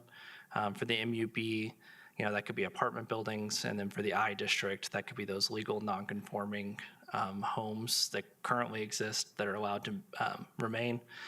Someone living in one of those homes would not be able to run a home occupation out of their structure. So just a kind of something to think about. And then also the lack of kind of flexibility. If someone can meet 7 of these regulations, but they can't meet the 8th, do they deserve, some way to state their case and say, I'm barely above this regulation. Can I do this home-based business?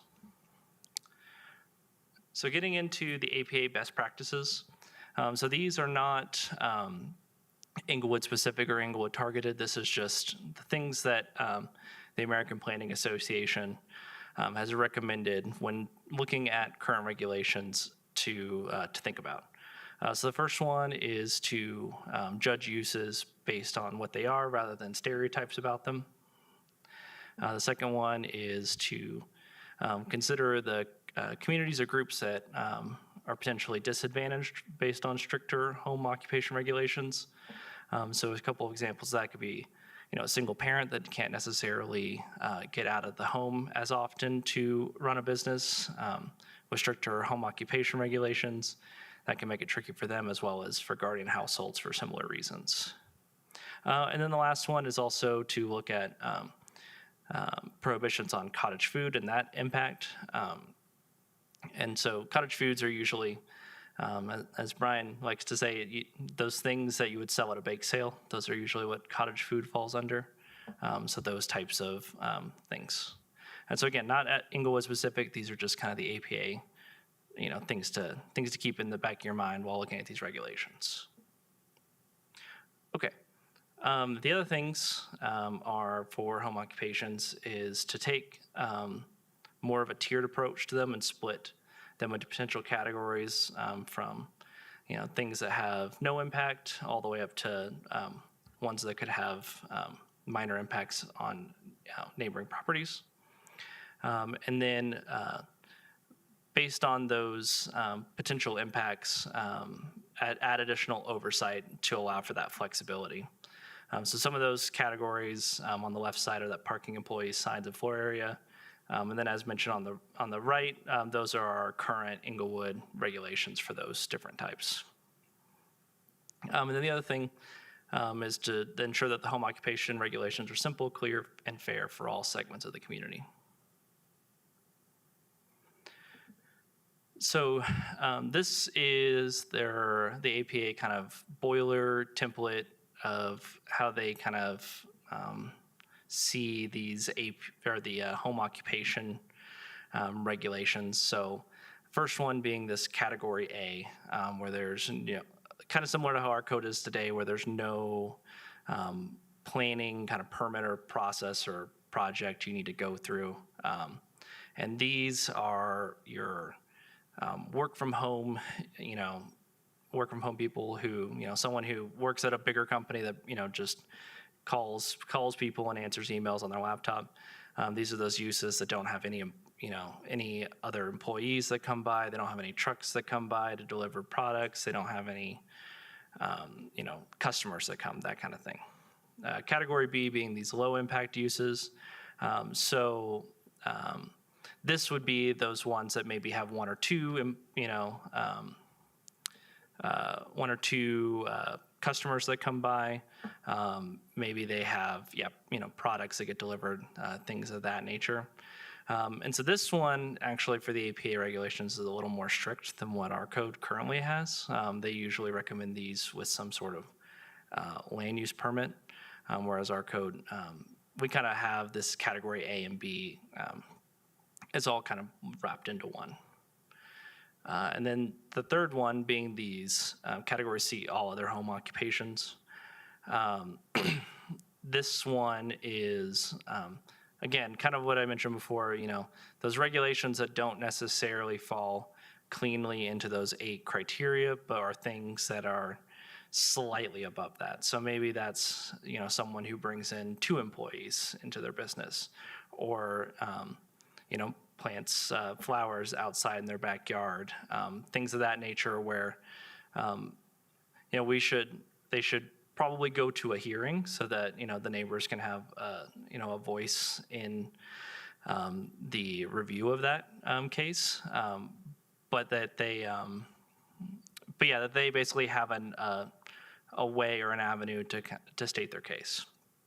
And then, also the last one being those prohibited uses, which are similar to what we have, and, probably should have a look at what's on that list, but they recommend keeping a prohibited use list.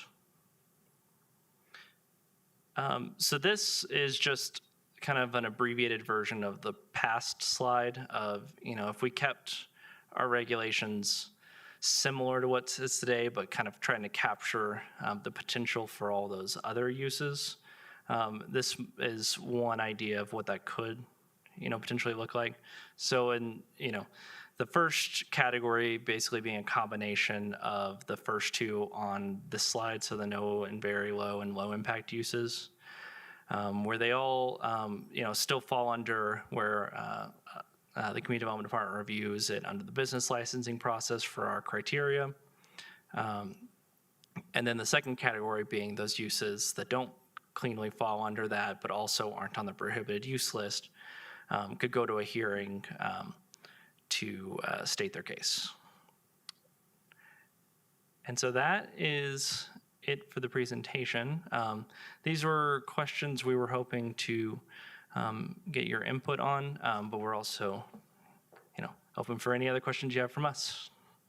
Thank you very much for that presentation, Mr. Charles. We give you 20 minutes. You got it in 15, so appreciate that, man. Any You're welcome. questions for members of council? I heard one over here. Mayor Pro Tem and then Member Russell. Thank you, Mayor. I've received a lot of feedback on this from citizens in my district and other citizens. And the largest, in terms of your question here, the largest category of feedback I got is the list of prohibited uses.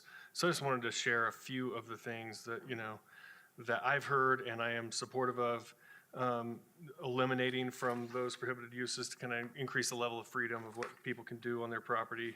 Number one was the B, barbers, hairdressers, cosmetologists, beauticians, or other personal care involving skin, hair, nails. I've heard from a lot of people that that's something they would like to see allowed. Then under D, we had one citizen mention this at public comment, is that knives are not particularly a weapon. They're maybe more of a tool. And I know, buying and selling knives or even making knives as a tool is something that I think should be permitted as well and not included within that category of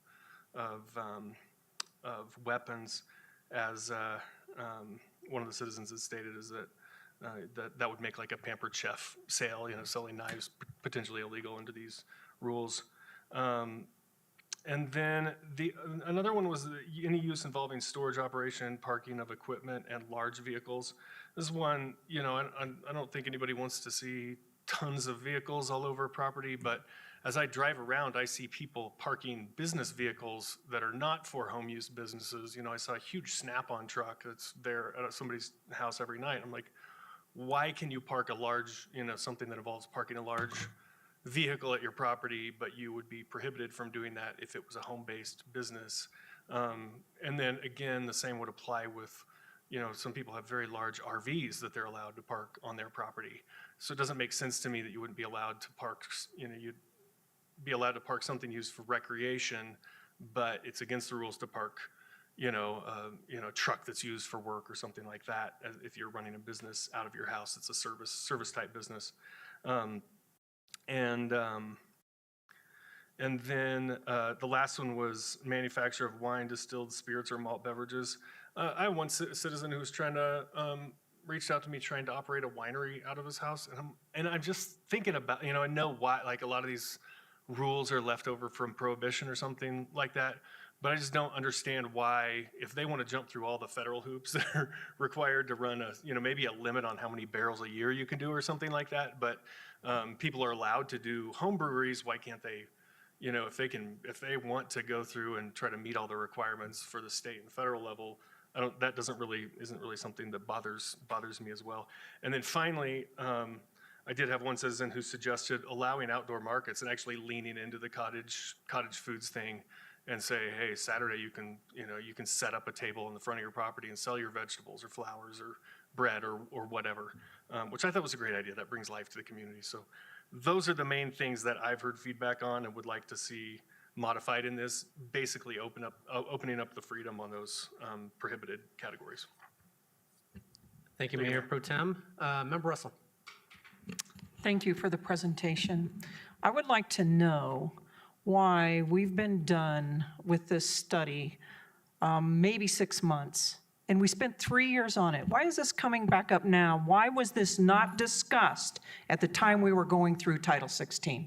So the APA best practices were published at about the same time we adopted Code Next in September of 23. I've been here for 3 spring and summers, and in the last 2 years, we got no questions about people planting plants in the backyard. This year, it's come up 3 or 4 different times by 3 or 4 different folks. We also, I think it's in your staff report, we had a business that was operating not legally as a glass blowing enterprise in somebody's garage. And we got a code enforcement question. We went out, we contacted the business owner, they eventually moved, we closed the case. But that also brought up questions that we don't have included in our home occupation ordinance of if somebody's doing some kind of educational outreach, so a yoga studio or tutoring, we almost prohibit that except for an individual student basis, just based on our code. So there were questions that weren't asked during Title 16. The code process that we went through met what was brought out of the assessment, but then after it was adopted, these new standards or these new best practices came out from the APA, like probably within a few days, right before or right after we adopted everything with Code Next. And at the time, we had no reason to reach out and look for those until we started getting inquiries from the community about why are these certain things prohibited? Are there things that you can do to change this?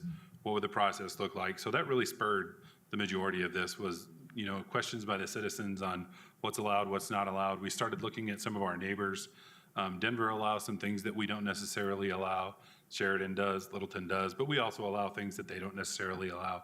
And the home occupation, I've worked in 3 different municipalities in 2 different states. These are almost verbatim what they were in the other states. It's a very common practice using these kind of, what do we call them? These criteria, these 8 or 9 criteria that they use to measure these. So this idea, the APA idea, is brand new. That's the main reason it's been spurred. So if a lot of the citizens start coming out about a lot of the things we passed in Code Next, are we going to go back and revisit those? Not necessarily. I mean, most of it is driven by you all. That's why we're here asking the question, do you want us to do anything with it? And that's question number 1 is, does the council want us to change anything? If not, we won't. If you do, if you choose to change certain things, we're happy to take a look at it. But we're just here to ask the questions. We're not necessarily here saying, hey, we want to bring in revisions. We're just asking the question to you all, do you want us to bring revisions forward? Thank you very much. Member Brink? Thank you for the presentation. Quick comment on what's allowed and prohibited. I would like to see us have some more alignment to what the state allows around some of the food items that can be produced in-home. While there are always concerns around food products and in producing those, I think if the state allows it, that could be an area that we could open up opportunity for our residents. Moving on to a few questions I have. What are the remedies for, were we to expand what's allowable and not allowable, and we have a robust in-home business culture within the city of Englewood, what would the remedies be for those residents who may run into issues around parking? I'm assuming that parking probably will be one of the topics of conversation if we move this forward. And so if a home business is, you know, having people stop by throughout the day, one at a time, even if it's just that, but neighbors are starting to have some issues with getting home and parking for the evening or whatever, what remedies would those neighbors have to contact the city and address that? So part of this, we've also been talking to the finance department about how home occupations are registered with them and their business license, and how the planning department or planning division and community development can use that to create a registration for us, so that we can, if we get a complaint about an individual business, we can just reach out to them and talk to them about that prior to going out and sending them a letter of violation saying, you know, you're violating X portion of our code, you have 10 days to remedy. We'd rather be a little bit more open with this conversation and we can just reach out to individuals. So I think that would be step 1. Step 2, our current code doesn't require us, any business, to provide any individual or additional parking on their site. So there's likely an issue that we'd have to get code enforcement involved if something else is occurring.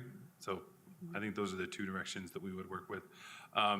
But as Will mentioned, one of the ideas that was presented, the second tier that would require the public hearing, in our eyes, if that was the direction council chose to go, that public hearing would look very similar to like a conditional use process that we already do in which there are reviews by multiple municipal departments, planning, the building division, South Platte Renew, utilities, public works, transportation. So a bunch of different groups actually get to look at these before they ever get to happen. And if they don't pass the muster with our staff, they get recommendations of denial when they go to whatever board or commission they go to. Okay, that's helpful. The second question I have is, have we had any conversation or outreach to the Englewood Chamber of Commerce on any thoughts around these potential changes? And if not, do we think that they could be a good thought partner for us in that? We haven't yet. The first step was speaking to you all to find out if you had the appetite for any changes to begin with. And then the next step would be we could reach out to them. Okay, yeah. I'd like to see that happen. I just think that they would have some expertise around some of these recommendations or how to work with us on making any changes if we were to proceed with that. And then lastly, forgive my ignorance, but is signage required or allowed under the specifications that are stated here? It's allowed up to 2 square feet. They're not required to have it. They just can have a sign up to 2 square feet if they want to. Okay. And are there any best practices that would recommend maybe requiring?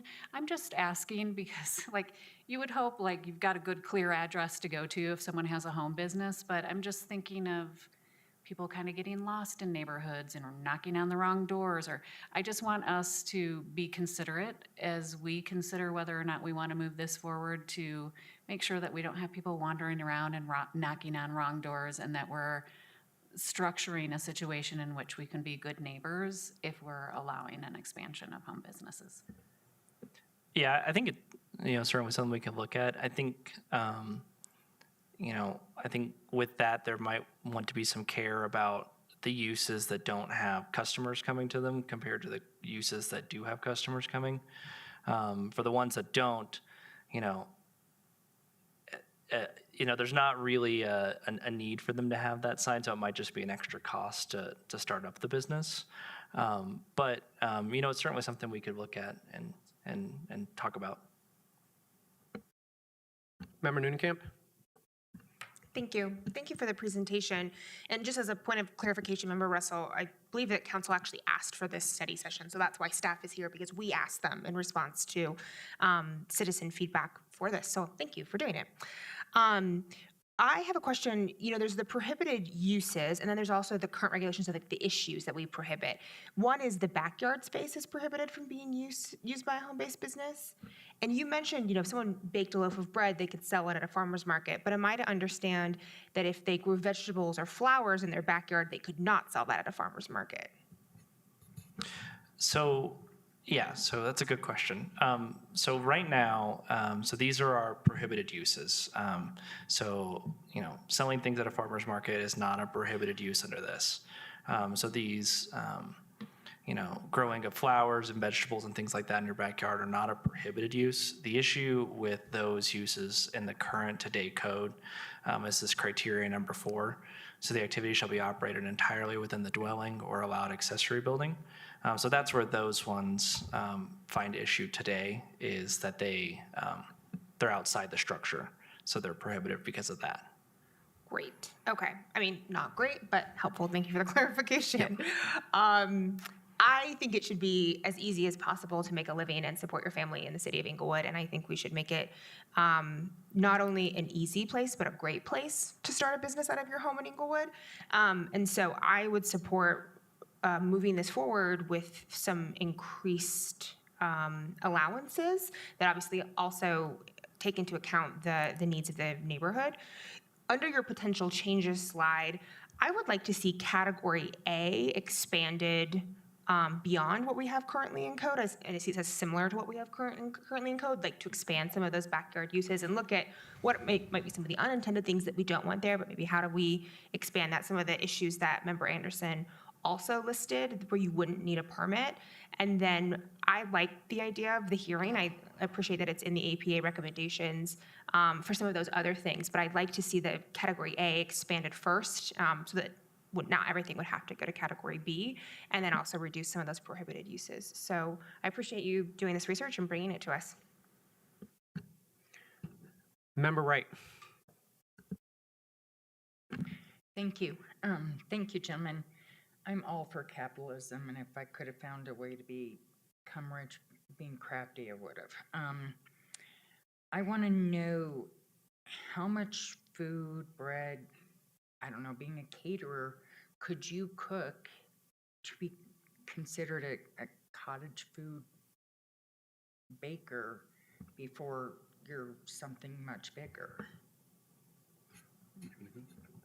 I'll let Brian know if he knows the limits on where cottage is. I will say the other thing too to keep in mind for things like catering is we're not the only department that reviews business license currently. So our fire, our wastewater, our utilities departments would, I imagine, have a pretty big say on those types of uses. On potentially even if they're not on this list of getting denied because of a regulation under those sections of the code. But I'll let Brian touch if he knows anything about the cottage. I don't know if there's a certain quantity right off the top of my head. I do know that it has a lot more to deal with the ingredients that you use and whether or not the finished product has to be refrigerated. But we can definitely get more information on what keeps you in the cottage food laws versus what might kick you out of it. So if you were a baker making cakes for weddings for 300 people, that could keep you in a cottage category. It depends on the Opposed to a ingredients you use. I Thanksgiving- don't know what all goes in a cake. I Opposed don't to do a whole lot of Thanksgiving baking. So. dinners, possibly. I can speak just a little bit to this. There's the ingredients thing. The other thing is there's a dollar limit. So if you sell more than, I believe it's $10,000 of a particular product, that meets the cottage food requirements. But once you go over $10,000 of a single product, then it requires the full health inspection. You said single product? Yeah, so if you sell chocolate cake, $10,000 worth of chocolate cakes, if cakes are even allowed under cottage foods. But if you have, you can have one chocolate cake and then you can have a, angel food cake, and those are two different products, so they meet. So you're saying entire product, not single cake? Right, a single, yeah, so if you can sell $10,000 worth of chocolate cakes in a year, and $10,000 worth of another kind of cake. It's actually the state laws are pretty permissive, but that ingredients thing is really important. But baking is generally allowed. Okay. And then to touch base on what Member Prank was saying, since we took out a lot of the parking provisions in Title 16, and the cosmetologist and barber, if they're able to do something like that at home, you could potentially have 2 clients there at the same time. You hire someone, that could potentially be 3 cars that don't require off-street parking. And I foresee that possibly becoming something problematic, and I think that's something that may need to be looked at and discussed. So parking requirements for single-family homes weren't changed at all. The only thing that was changed associated with that was for ADUs, accessory dwelling units no longer require a parking space. But in the same vein, with the home occupations or specifically to hairdressers and barbers, you could limit it to 1 customer at a time. I've seen one city that limited the internal additions that you can make to the house as 1 sink, 1 dryer, and 1 chair. So you can provide regulations that can limit the number of clients. And then it's on the business owner to make sure that they're adhering to the requirements. And then it goes back to Councilmember Prang's question on what do. We reach out to them directly to discuss, hey, these are the rules that you agreed to. Make sure that we keep meeting these rules so that your business can continue at your house. Okay, thank you. Mayor Pro Tem. Actually, so we'll go Member Ward because you've already asked. Yeah, Member Ward and then Mayor Pro Tem. You made brief mention of a glass blowing business where there was an enforcement action. Do we see frequent enforcement actions on this, or do we have numbers or maintain numbers on how often we're enforcing our home business code?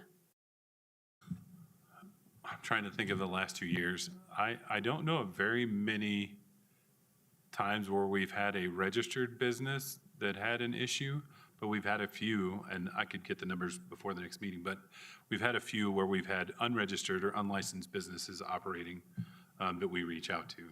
I know of one recently, and that was the one that was a glass blowing operation. I remember one code violation last year that was I did last year in 22, that was a barber shop running out of somebody's home that we reached out to, and they shut their business down.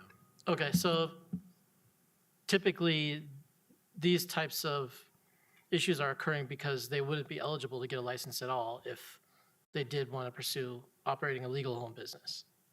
Those two, based on the way our code is written right now, yeah, they would not have been permitted, even if they had tried. They would have ultimately been denied by the planning division. Thank you. Mayor Pro Tem? Thank you, Mayor. I just wanted to respond to a couple things. Councilmember Russell's earlier question about why didn't we do this during Code Next? This is something that's been on my radar for a long time, but I thought I didn't bring it up during Code Next because there was so much being considered. I thought that was too much change in the code, maybe too quickly, and this one was worth considering. We increased freedoms a lot during Code Next, but this is another level of freedom that I certainly support, but thought it was worth considering on its own. That's why I brought it up for a study session maybe 2 months ago, and that's why it's before us now, is because of my request, not because staff is bringing it forth, though I know they have heard feedback on this as well. I'm really hesitant about the conditional use idea. I guess I'm okay with it if it's something that we're really gonna prohibit, prohibit otherwise, but I would prefer, if we're gonna allow it, then to just allow it, like be really liberal with those prohibited, to eliminate, because that's a real barrier to most people is, oh, if they gotta fill out an online, business license, that's one thing, but for a home business to say, oh, I gotta fill out this application and then go to a public hearing and all of that, I think that's going to prevent most people from starting, especially if it's going to be a small business, which it likely is. If it's coming out, they're just going to go, that's too much work for what I was wanting to do. And then on the parking, the idea of a parking requirement, I've heard from a number of people in my district that there's a particular house that they have a hobby of collecting a certain kind of car, and they sort of accumulate on the block, and there's a whole bunch of them. And it strikes me as a potential nuisance, that kind of thing, but it's being done as a hobby, it's not a business, so it would be allowed. I feel like in terms of the parking standards, if it's not allowed, if you're not allowed to have 3 or 5 or 10 vehicles on the street for business, you maybe shouldn't be allowed to do it as an individual homeowner. But I'm generally in favor of those freedoms, so I want to be really careful in limiting parking for people who are using street parking for a business that's making money, when we allow it for people who are just doing it for hobby or for recreation or something like that. So that's kind of my concern on the parking rules. And then the last thing that I didn't mention before was the allowance. I think we should allow people to grow flowers and vegetables outside of their house, or anything, whatever outside of the house, without having to go through a public hearing as well. So that rule that limits it to only stuff done on the inside of the house, wonder if we can increase that, or just allow a certain percentage of the lot to be used for outdoor business activities as well. Thank you. Member Russell. Thank you. So one of my questions is, how will we regulate these businesses once we allow them? I mean, is it something that our staff is going to do? How are we going to keep track of businesses that we allow? So right now, we tried to estimate this based on the number of active business licenses in the city. And the way we figured it, we have about 140 of home occupations already operating in the city. And they generally, it's like most other things with the zoning code, it comes into us as on a complaint basis. So if there's a complaint from a neighbor about a nuisance issue or a parking issue, that's how it comes to us. But as I was telling Councilmember Ward, we don't generally get a whole lot of complaints about our registered home occupation uses. They're really pretty quiet for the most part. The ones we do have an issue with are the ones that aren't registered. And they probably don't register because they couldn't get an approved permit based on our current regulations. So they're trying to operate outside of our rules. That's generally where we get the complaints. And then they get our standard operating procedure of enforcement. So we issue notices of violation. If they don't respond within 14 days, we post a notice of violation through the code enforcement department. And then if it gets any further than that, it can issue a summons. I appreciate that. So if we allow cosmetology in homes and barbers, I do believe that we need to limit it to one client at a time, my hairdresser works out of her home, only one client can be there at a time. I guess one of my concerns is, especially if these would pop up in R1A areas, and we're allowing ADUs across the city, correct? Correct. Okay, so, and if you have an ADU and we have no off-street parking required, there, like on Logan itself, there is not a place to park during the day. So it's going to be prohibitive.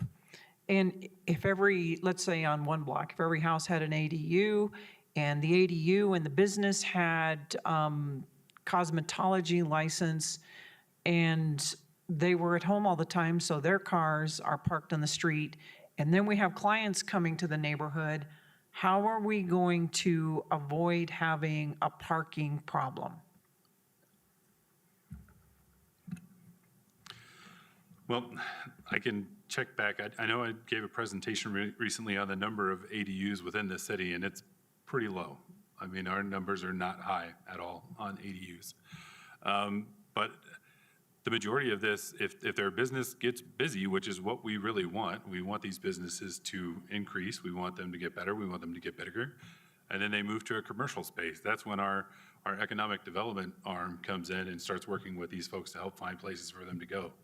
I mean, at least from a planning perspective, what we look at is we're trying to boost the local economy, our local economy.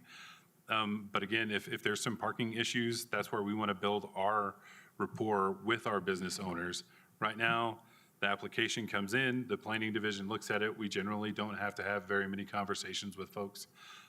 If we can build this report up, we can actually get our contact information to them and we can start having these conversations earlier. If they are having a parking problem, we can reach out to them directly. Okay, so let's say we do allow cosmetology, hairdressers and barbers. Will we monitor those, or do they have to go through through DORA, the Department of Regulatory Agency? So if they're required to get any state or federal licensing, they're still required to get that. This would not necessarily say, hey, you can do this, and it doesn't mean you don't have to register with any of the state agencies. So, you know, in one of the municipalities that I worked in, we allowed hairdressers, and they still had to have all their state licensing in place to be a barber or to be a hairdresser. So yeah, we don't circumvent any of that state or federal regulation. That all still applies to any of those businesses. So they would just have to have a license in Englewood to do that, but the state really probably is going to regulate the things they can do. Yeah, so like tattoo parlors, I'm not saying this in context with this, but with the tattoo parlor, the state generally wants to see that the city is going to allow them to operate in the building that they're saying they're going to operate before the state signs off on it. And so that's part of this, is a lot of anything that needs state or federal regulatory oversight or licensing, they need us to sign off on it first, saying it's allowed in our zoning district or where they're proposing it, before those additional agencies go in and sign off. Okay, I appreciate that. And I highly doubt if you get a hairdresser opening a salon in her house, she's not going to want to join another place. She's doing it because she doesn't want to pay rent at another space. And so, and I'm pretty sure that's probably limited because not everybody goes into that business, but I do appreciate that. Thank you. Member Wright? No further questions? All right. Any other questions or anything else from members of council? I think a lot of items were asked. I guess one question, do you kind of mentioned Denver, Sheridan, Littleton, they allow different uses. Do they take the same type of process, or do they do kind of like a one-off, like, kind of where we receive different comments from citizens about allowing, outdoor spaces for flowers and that type of thing? Do cities normally take this approach, or is it just like a one-off? So, I mean, as far as like the public hearing portion of this thing. Well, I guess, just the fact that we're talking about many different uses, like prohibited uses that Mayor Pro Tem brought up, do they kind of look at it in one fell swoop, or is it just piecemeal? I think this is probably one of the more underlooked portions of zoning codes across the board. Like Brian was mentioning earlier, you can probably blindly pick a zoning ordinance in the country, and it's probably going to have very similar regulations as far as those 8 requirements. So I don't have an answer for you as far as how they have treated taking things off their prohibited list, but it's probably underlooked in the recent past. All right. Then, Denver has some really use-specific guidelines. So they have one that talks about cottage food and then the sale of produce, I think. And it's super specific rules, I think, for that one. So they have different variations of this, but Denver's is kind of use-specific for certain things, where others is more the performance-based standards that we have, where it's just really general allowances, and then whatever fits into that criteria is allowed. Yeah. No, I appreciate that. I think overall, I'm not sure exactly where I stand with this. There's a couple things on here that Mayor Pro Tem says that he'd like to see removed that I'm not sure if I feel comfortable with. The making of knives, I just need more information to understand that. The winery aspect of it kind of concerns me as well. And so, but saying that, I would be interested in looking at it, similar to just the fact that we're looking at Title 16, times have changed. Our codes are based off of, what was going on in 86 and 55 going back years, but obviously there's now different uses, and we, go to business or go to market differently now. So I like to look at this, but not sure exactly where I stand with it. So I'm in favor of bringing this forward again. I'm sure that you need some direction from us on what exactly you'd like for us to bring forward, but overall, I'm interested in continuing the conversation. Member Pring. Thank you. Just one last comment. So I think if our oversight is based on complaints coming in largely, and the goal is to not only provide opportunity for our residents, but also to help grow businesses and potentially have them move into commercial spaces, I'm in favor of moving this forward, but I would like to see a component where there's a little more of a plan behind how to address proactively outreaching to these businesses, so that, if their business is growing and we're potentially going to see any parking issues or any other issues pop up, and they're just really booming, and we want them to be a permanent business within the city of Englewood. I don't want it to just be lingering out there as complaints come in, or someone just hears of the fact that this business is growing, that we have a proactive plan in place where we're doing that outreach on a regular cadence to kind of just have a sense of how these businesses are doing. That's all I have. Thank you. Member Wright and then Member Russell. I just had a clarifying question. If we moved forward with this, would this go to P&Z for them to dig into this and kind of hash through it? Or would they put something formal together and then we vote and decide on it? Yeah, so if I kind of snuck a last additional slide after questions for you as far as options.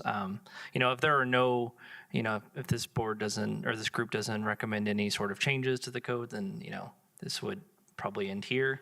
But if if you wanted us to bring it forward as a priority work item throughout the year, obviously that would go to P&Z as well for their input as well.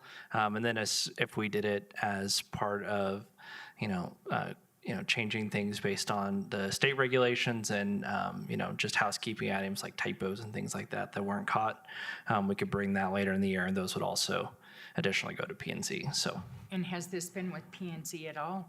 Not yet. This is the first step. Okay, thank you. And we've talked internally about timing of, even if we make this a priority, we won't make this year's growing season for all the folks that want to do it, work in the gardening. So we as a staff are okay with bringing this back with other housekeeping amendments that have to be done, but ultimately it's your decision. Thank you. Member Russell. Thank you. I would actually like to see this go to P&Z. And I also think if we're going to allow home businesses, that we need to get some sort of neighborhood approval. Because if somebody's going to introduce a business into the neighborhood and 90% of the neighbors aren't in favor of it, we're going to create a problem if we don't have some sort of process like that. Thank you, Member Russell. Actually, I was going to add one other thing just in terms of where my thinking is with this, just for clarity for staff. But my intent with this, it would not be to allow, like, if we're talking about hairstylists and barbers, just limited to one client at a time. If they start hiring another barber or stylist or whatever it happens to be, that's not what I'm going for here. I think here we're just trying to provide the ability to provide a service within the home. If you're trying to, just to Member Prang's concern, I guess, in a sense, I'm really just trying to focus on just allowing their service within their home, but not necessarily growing an enterprise within their home. So, Member Ward. Member Russell just hit on something that I'd be interested in seeing too. When I was on liquor board, they would bring petitions, applicants would bring petitions in order to demonstrate the neighborhood needs and desires. That's the phrase that's used for liquor licensing. Something similar I'd be interested in hearing what that might look like or what that could potentially look like. Just based on the possibility that a home-based business of any type really could potentially create a disruption to the neighborhood, especially if neighborhood relationships are already somewhat stressed. So I think that would be something to explore at least. Thank you, Member Ward. Go ahead. Would that be like a hearing process for every neighbor, every business, or is that just a notification that there's a new business, or?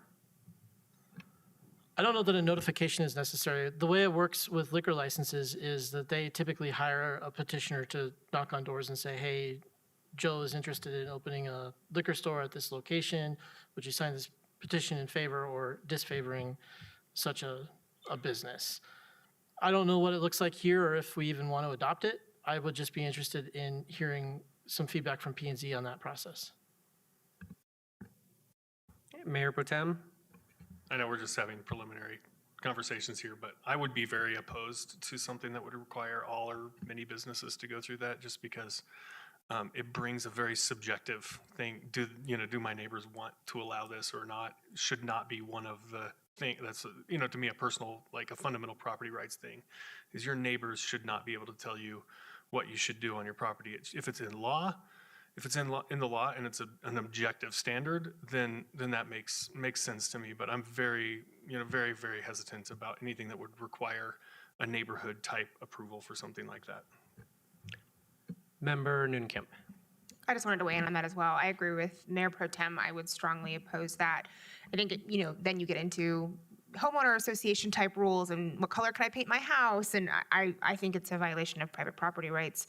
And I would argue that actually there are, I would venture to say the vast majority of home-based businesses in Englewood have no impact on their neighbors because they're people who are working online.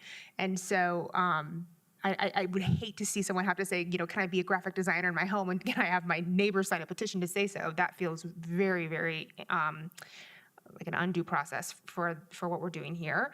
I would like to see it be easier to have a business in your home in Englewood, not that we would make it harder than it already is in this process. Any further comments? Member Russell, go ahead. Thank you. I just have to say this. I bought into R1A because I wanted to live in a neighborhood. I didn't want to live in a business district. And I think that we need to protect property rights of people. And by not giving the neighbors an ability to weigh in, we are asking for trouble. Thank you. Thank you, Member Russell. Any further comments? Did we provide enough clarity on at least this last option, or that might be the only thing that we may be missing here? So, and if you need us to weigh in, we can go around the table. Yeah, so. It sounded like maybe come with some more information, but maybe kind of toss it towards the housekeeping section? I was or- going to say, it sounds more like C, but I can ask for just clarification on where we stand. So I think it'd be more C. I wouldn't mind actually just having the titles, these changes that we're talking about as part of it. I'm not sure how many housekeeping items there is. That's part of the reason why I'm saying this. But, so it's kind of like a combination of either just standalone or with the housekeeping items if it's not the state did a lot this last session. So, Mayor Pro Tem. I would lean towards B just because I think this is one that deserves its own public hearing, You lump it in with a bunch of other things, it's, it might get lost in the shuffle. I think this one, the people are going to want to weigh in on this more than they might want to weigh in on a bunch of housekeeping rules. So I think it's a big enough issue that it should be treated on its own. That's a good point. Member Prang? I agree with those sentiments. I think it should be a standalone item. I'd like feedback from the Chamber of Commerce and some thoughts from them on the proposal or ideas that have been presented tonight. I also think it needs to go to P&Z and that the public should have opportunity to give us their thoughts on this so that we're addressing some of the concerns about, is it going to be a concern in neighborhoods or not? I think that we need to hear from more of our residents on that. Thank you. Member Wright? No, actually just weighing in on standalone or if you want it as any of these three items. Oh, no, I think it needs to be B. It needs to go to P&Z. I concur with Member Prang that we do need to talk to residents, the chamber, and Mayor Pro Tem, that it does need to be a hearing where it is a priority. Okay. Thank you, Member Wright. Member Noonekamp, same. All right. Member Ward, Member Russell, if you want to weigh in, but looks like we got 4 on. My only question about B is where P&Z fits in the process. I would like to see it go to P&Z before it comes back to us. Thank you. Member Russell, you agree with that? Trying to think. Actually, that's 4 that actually wanted to see P&Z. So go ahead, Mayor Pro Tem. I know it has to see P&Z because this is in Title 16. But I don't know if it would be worth having a joint session with P&Z or if it's going to be a work item if there's a path forward that's. Yeah, it's a Title 16 amendment, so Planning and Zoning Commission has to make a recommendation on it. What I'm thinking just off the top of my head is we have a great program called Neighborhood Nights going on right now. We can probably put up our tent there and talk to our citizens about their thoughts on some of this as we're going through getting ready for work sessions with our Planning and Zoning Commission. So you are such a problem solver, Mr. Isham. So, all right, I think that provided a little bit of clarity. So, any further comments? I don't see any, but Mr. Turles, Mr. Isham, thank you very much for your time and thank you very much for the presentation. All right. That takes us on to reports from boards and commissions. Anything from our liaisons? Nothing from me, so nothing from anyone else. All right. Moving on to council members' choice. Anyone got anything to, go ahead, Member Russell. Thank you. I have a couple of council requests. I know that this came up last week, or someone emailed me this afternoon and said, I saw an AmeriGas truck southbound on Delaware just now. I've also seen Atlas Semi coming from Floyd on Delaware to Dartmouth. So the, how are we going to, I know that, City Manager, that you told me that they're going to put up signs. Actually, the AmeriGas truck is a little bit concerning because on Delaware is Bishop Elementary School. And for gas tankers to drive by there probably isn't a wise idea. And then I have one other council request, and that, let's see. Just a second, I hope I got it here. Is Englewood enforcing the no cannabis smoking in public? And this person said that they had driven down by Community Bank on Broadway, and the smell was incredibly bad, and there were about 6 people across the street from community bank smoking cannabis in front of the dispensary. And there are places in town that I also know that the cannabis smell is really bad even when you're driving down the street. So if we could get the answer to those questions, I'd appreciate it. Thank you, Member Russell. Member Wright. Thank you. This last Saturday, Member Russell and Member Prang and I had the pleasure of working the council tent at Elevate Englewood. Met with a lot of people, a lot of staff. We saw Mayor Pro Tem and Member Ward there also. I'd say we had some fun and spoke to a lot of residents, heard 99.9% of positive about Englewood, but I did receive a couple of questions and concerns, and I said that I'd bring them up.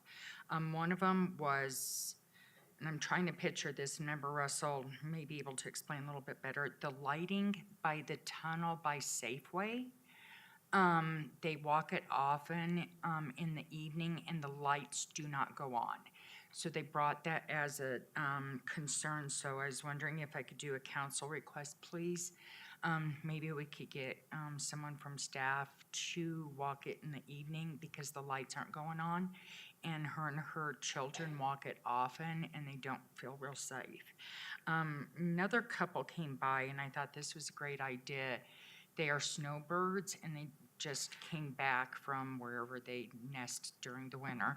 And they said where they are is during the winter, their community offers free Narcan from the city so that if they see someone that has overdosed or whatever, the city has free classes so that they are able to administer Narcan, and they've actually had the opportunity, unfortunately, to do that, but felt that they were able to save somebody's life. So I didn't know if that was something that the city could look into, and if citizens were interested in, having free Narcan, because I'm sure that there are opportunities that people come across, unfortunately, and could possibly save someone. So if that's, a grant available, or if that's something we could look into, please. And those were the two big concerns that came across to us during the day. But the tree, we had the What You Love About Englewood tree, and people were filling out leaves and just fantastic things. The two big ones that stuck out is a child, probably in first grade, said, "I love the free candy," and then just all the other things that came out. So it was a great time. So, Thank you for that, Member Wright. Mayor Pro Tem. I just wanted to mention Celebrate Englewood as well. He went there with the kids, really had a good time. Staff put on a great event, and I know there were it seemed like a really good turnout this year, and a lot of great things to see. I think people really appreciate that, to see what goes on behind the scenes in the city and see all the the kids to climb up in the equipment, everything like that. So thanks to staff for putting that on, and Tony Arnaldi for organizing that event, and everybody who gave up time on a Saturday to come out and participate. Thank you, Mayor Pro Tem. No one else? City Manager's report. Thank you, Mayor, and appreciate the comments about Celebrate. I hated to miss this year. This was our 4th year, and just want to thank the Parks Department as well. But also Chief Sam Watson, you may not know this, but he envisioned this event a few years ago as a way to really get police involved more with the community, and they continued to do that. So thank you to him as well. I also just wanted to note that the Englewood Community Garden is up and running for the 2024 season. On May 4th, gardeners worked quite a bit to get 3 food bank plots ready to plant on the 18th. So they're pulling weeds and working on their own plots. Plants for the food bank plots are donated. Plants are donated and maintained by the gardeners. In 2023, the garden donated over 350 pounds of vegetables to food banks and patrons at the Malley Recreation Center. So gardeners will also be able to, any gardeners that have excess vegetables from their own gardens can also make those donations to the food bank as well. So please let your neighbors know about that. The garden has 26 full and some half full plots, 4 ADA accessible raised beds, and 3 food bank plots. So There are about 40 different gardeners who are working on that. We're really proud of those partnerships that we have. And we're also welcoming Craig Hospital, who will be taking 2 of those ADA accessible plots for their patients to be able to garden and experience that as well. So thank you to all our folks in the Parks Department who are working on that as well. And that's all I have. Thank you, Mayor. All right, thank you very much, City Manager. And with that, everyone, this meeting is adjourned. We'll see you all on Monday. Have a good evening.